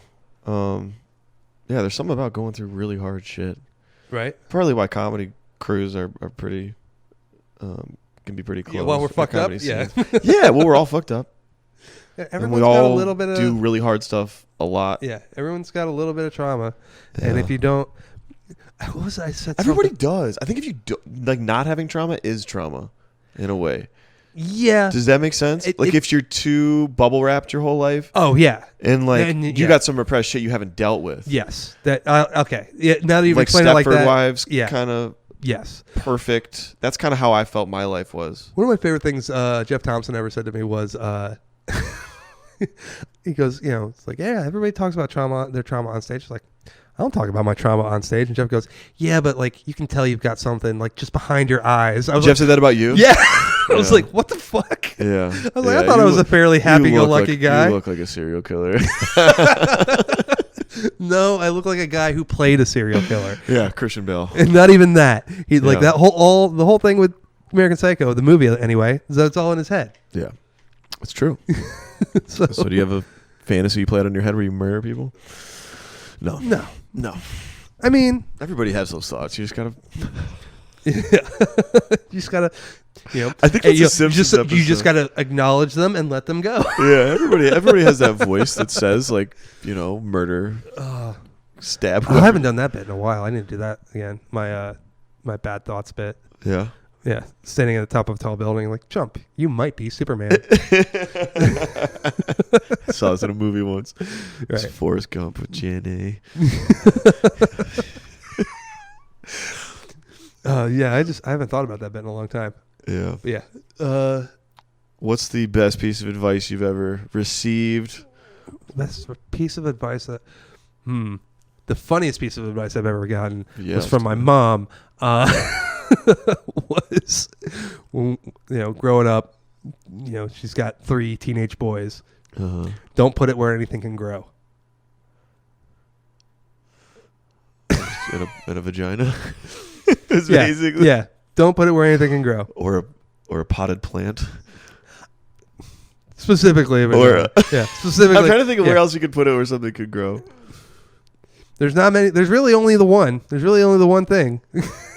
But that was her advice.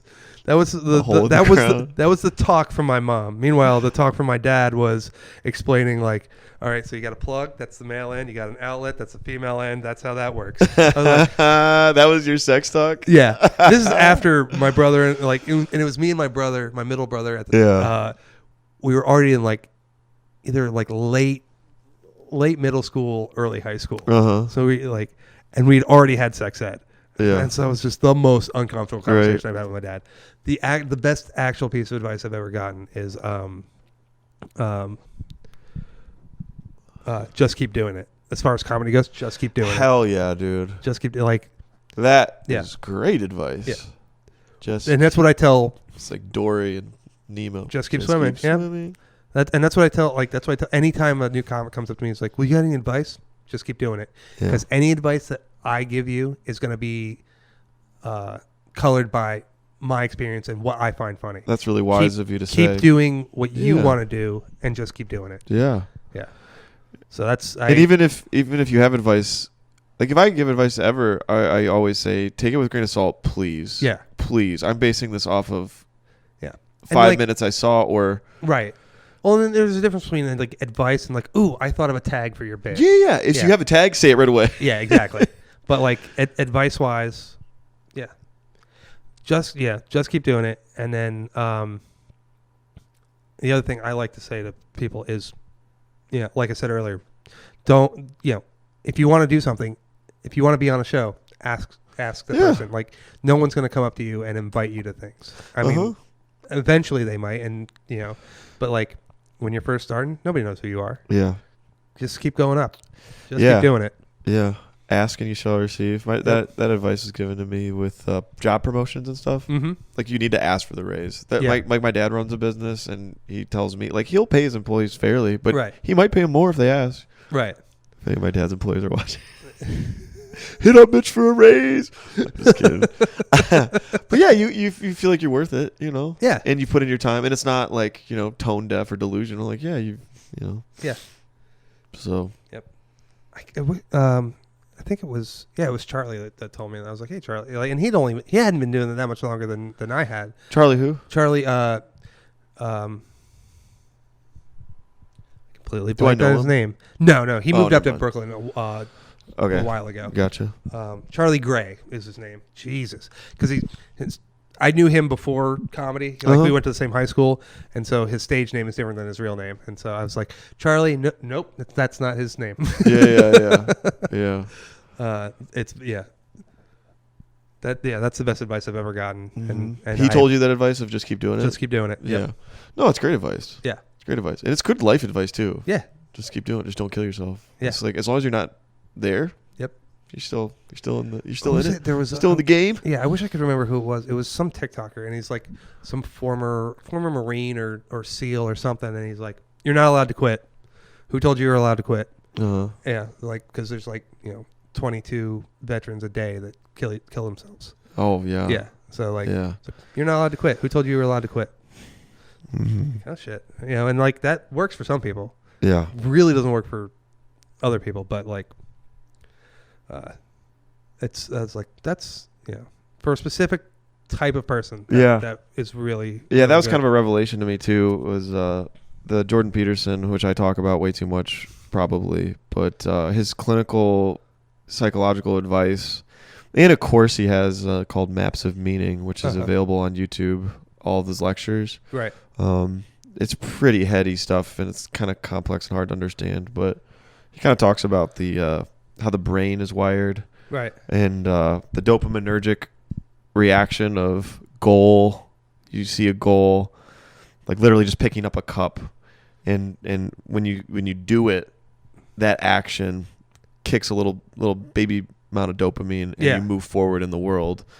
Like the process of that is how human beings are wired, and that goal setting hierarchy kind of cascades upward into more higher minded goals, or just more into the future. And the whole point is to keep moving. Right. That's why cocaine's a great drug, because it simulates that response. It's like achieving a goal. It's like, I feel so, yeah. To quote my one of my favorite comics that I've known my the majority of my life. Everyone knows the bad thing about cocaine is nothing. Yeah.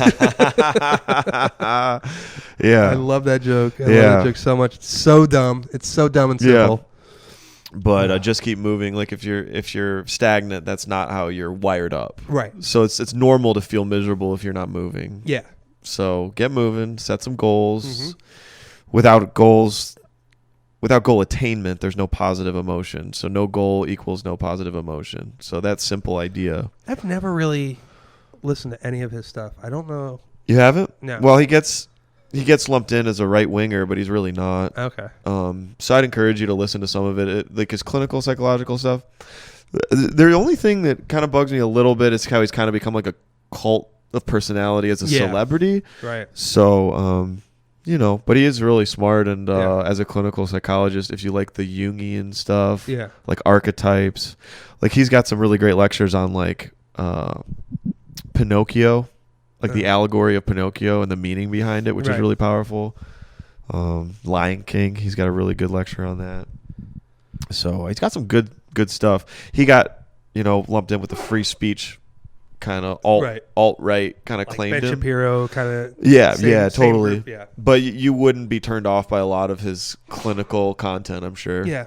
So. Well, that's like the first time I heard about him, I was watching Cody Johnson on do some news on YouTube, and he was talking about Ben Shapiro and what's his name, Steven Crowder and all that. And Crowder, then, and then like mentioned Jordan Peterson as well. And that I was like, oh, okay, had never heard of him until that moment. Yeah, and then I heard you mention him on the podcast on the Adams episode. Jess Cooley's a big fan of Jordan Peterson. Is he? Oh yeah. Okay. Which is interesting for the practical psychological advice more so than any political leaning. In fact, I don't even think Jordan Peterson gets political, which is so weird. Right.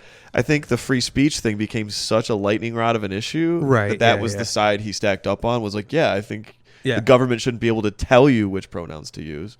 I would be respectful and say the ones, but right. I don't think it should be law. Like he's more libertarian than right. Yeah. Exactly. It was more about the compelled speech nature of the law than it was about being prejudiced. Okay. But that was my impression. Well, here's the thing, though. Like I'm not against listening to the other side. Like for a while, I would every once in a while I would watch like Fox and Friends or something, and just to hear that other side and like, do I still disagree with this? Like, are they making not even? You shouldn't watch Fox and Friends. Well, this is like 15, 20 years ago, man. Oh yeah. When I was like, actually, I don't even recommend watching Fox News at all. No, absolutely not. It's so sound bitey. It's so freaking stupid. But like, I would watch Fox News just like, are they making a valid point, right? To me, you don't have time to make a valid point in the amount of network. Oh yeah, in a 24-hour news cycle. Windows, no, you need news stuff every day. Even, between commercials, like you got to get your point out fast. There's no nuance or long form discussion. That's why that's why podcasting I think is kind of cooler. Right. That's why like Rogan and Pete Holmes have like 5-hour podcast episodes. Yeah. Oh God. Yeah, we're pushing almost 3. Oh shit. Yeah. What was it? Todd was the record, right? He's 3? It's 3 hours. 3 hours? If I tagged a 20-minute intro on this, it'd beat it. I'm just going to fill time. I'm just going to do material. Just killing time. Yeah, I'll do a set. Why not? That would be... I should kill myself if I'm doing a fucking stand-up set to my tripod. Actually, yeah. Be no different than doing a Zoom show. Did you do any of those during the pandemic? I haven't. God, Gio, I got to reply to him. Gio asked if I wanted to do one. Oh man, I did one in Chicago. They suck. Oh, it was awful. It sucked. It was so bad. It was just like you couldn't like hear like you couldn't hear the response of the audience and it wasn't even like an audience. It was just like Yeah. It's hard to explain why it was so bad. It was just bad. I could picture that being horrible. Yeah, like even just like because I would do like Zoom hangouts with like my buddies from the road, and like we'd have like happy hour, and even then it was like trying to talk over each other and then all right, whose mic is on? Why is it echoing and like causing a whole feedback loop and all that? So I was just like brutal. Yeah, it was bad. Yeah. Well, I might try and catch this Doolittle's mic, so all right, we man. can probably wrap it up here. But cool. yeah, dude, before we go, where are your handles? How can people find you, follow you? My handles are I'm on Instagram as Nerdy Comic and drops_frustrations for my juggling stuff. Hell yeah. For TikTok, I'm Drops and Frustrations as well. And it's all just juggling content. And then I gotta check that out, dude. I don't follow your TikTok yet. I need to. And then on Twitter, I'm Nerdy Comic as well on Twitter. And Facebook, just Colin Keane. Yeah. If people add you on there. Yeah. Yep. If they would like to. Yeah, dude. Check Colin out. We're eager to see this. I'm eager to see the sketch comedy come back too. If you guys ever make work of that, I'll force him into it. Yeah. And you can catch Craig at stand up around town anywhere. Anywhere open mics are, especially Monday. Yeah. Good stuff. So, all right, dude. Thanks so much for coming on, man. It was fun, man. Appreciate it. Awesome. All right. Thanks, everybody. See you next time.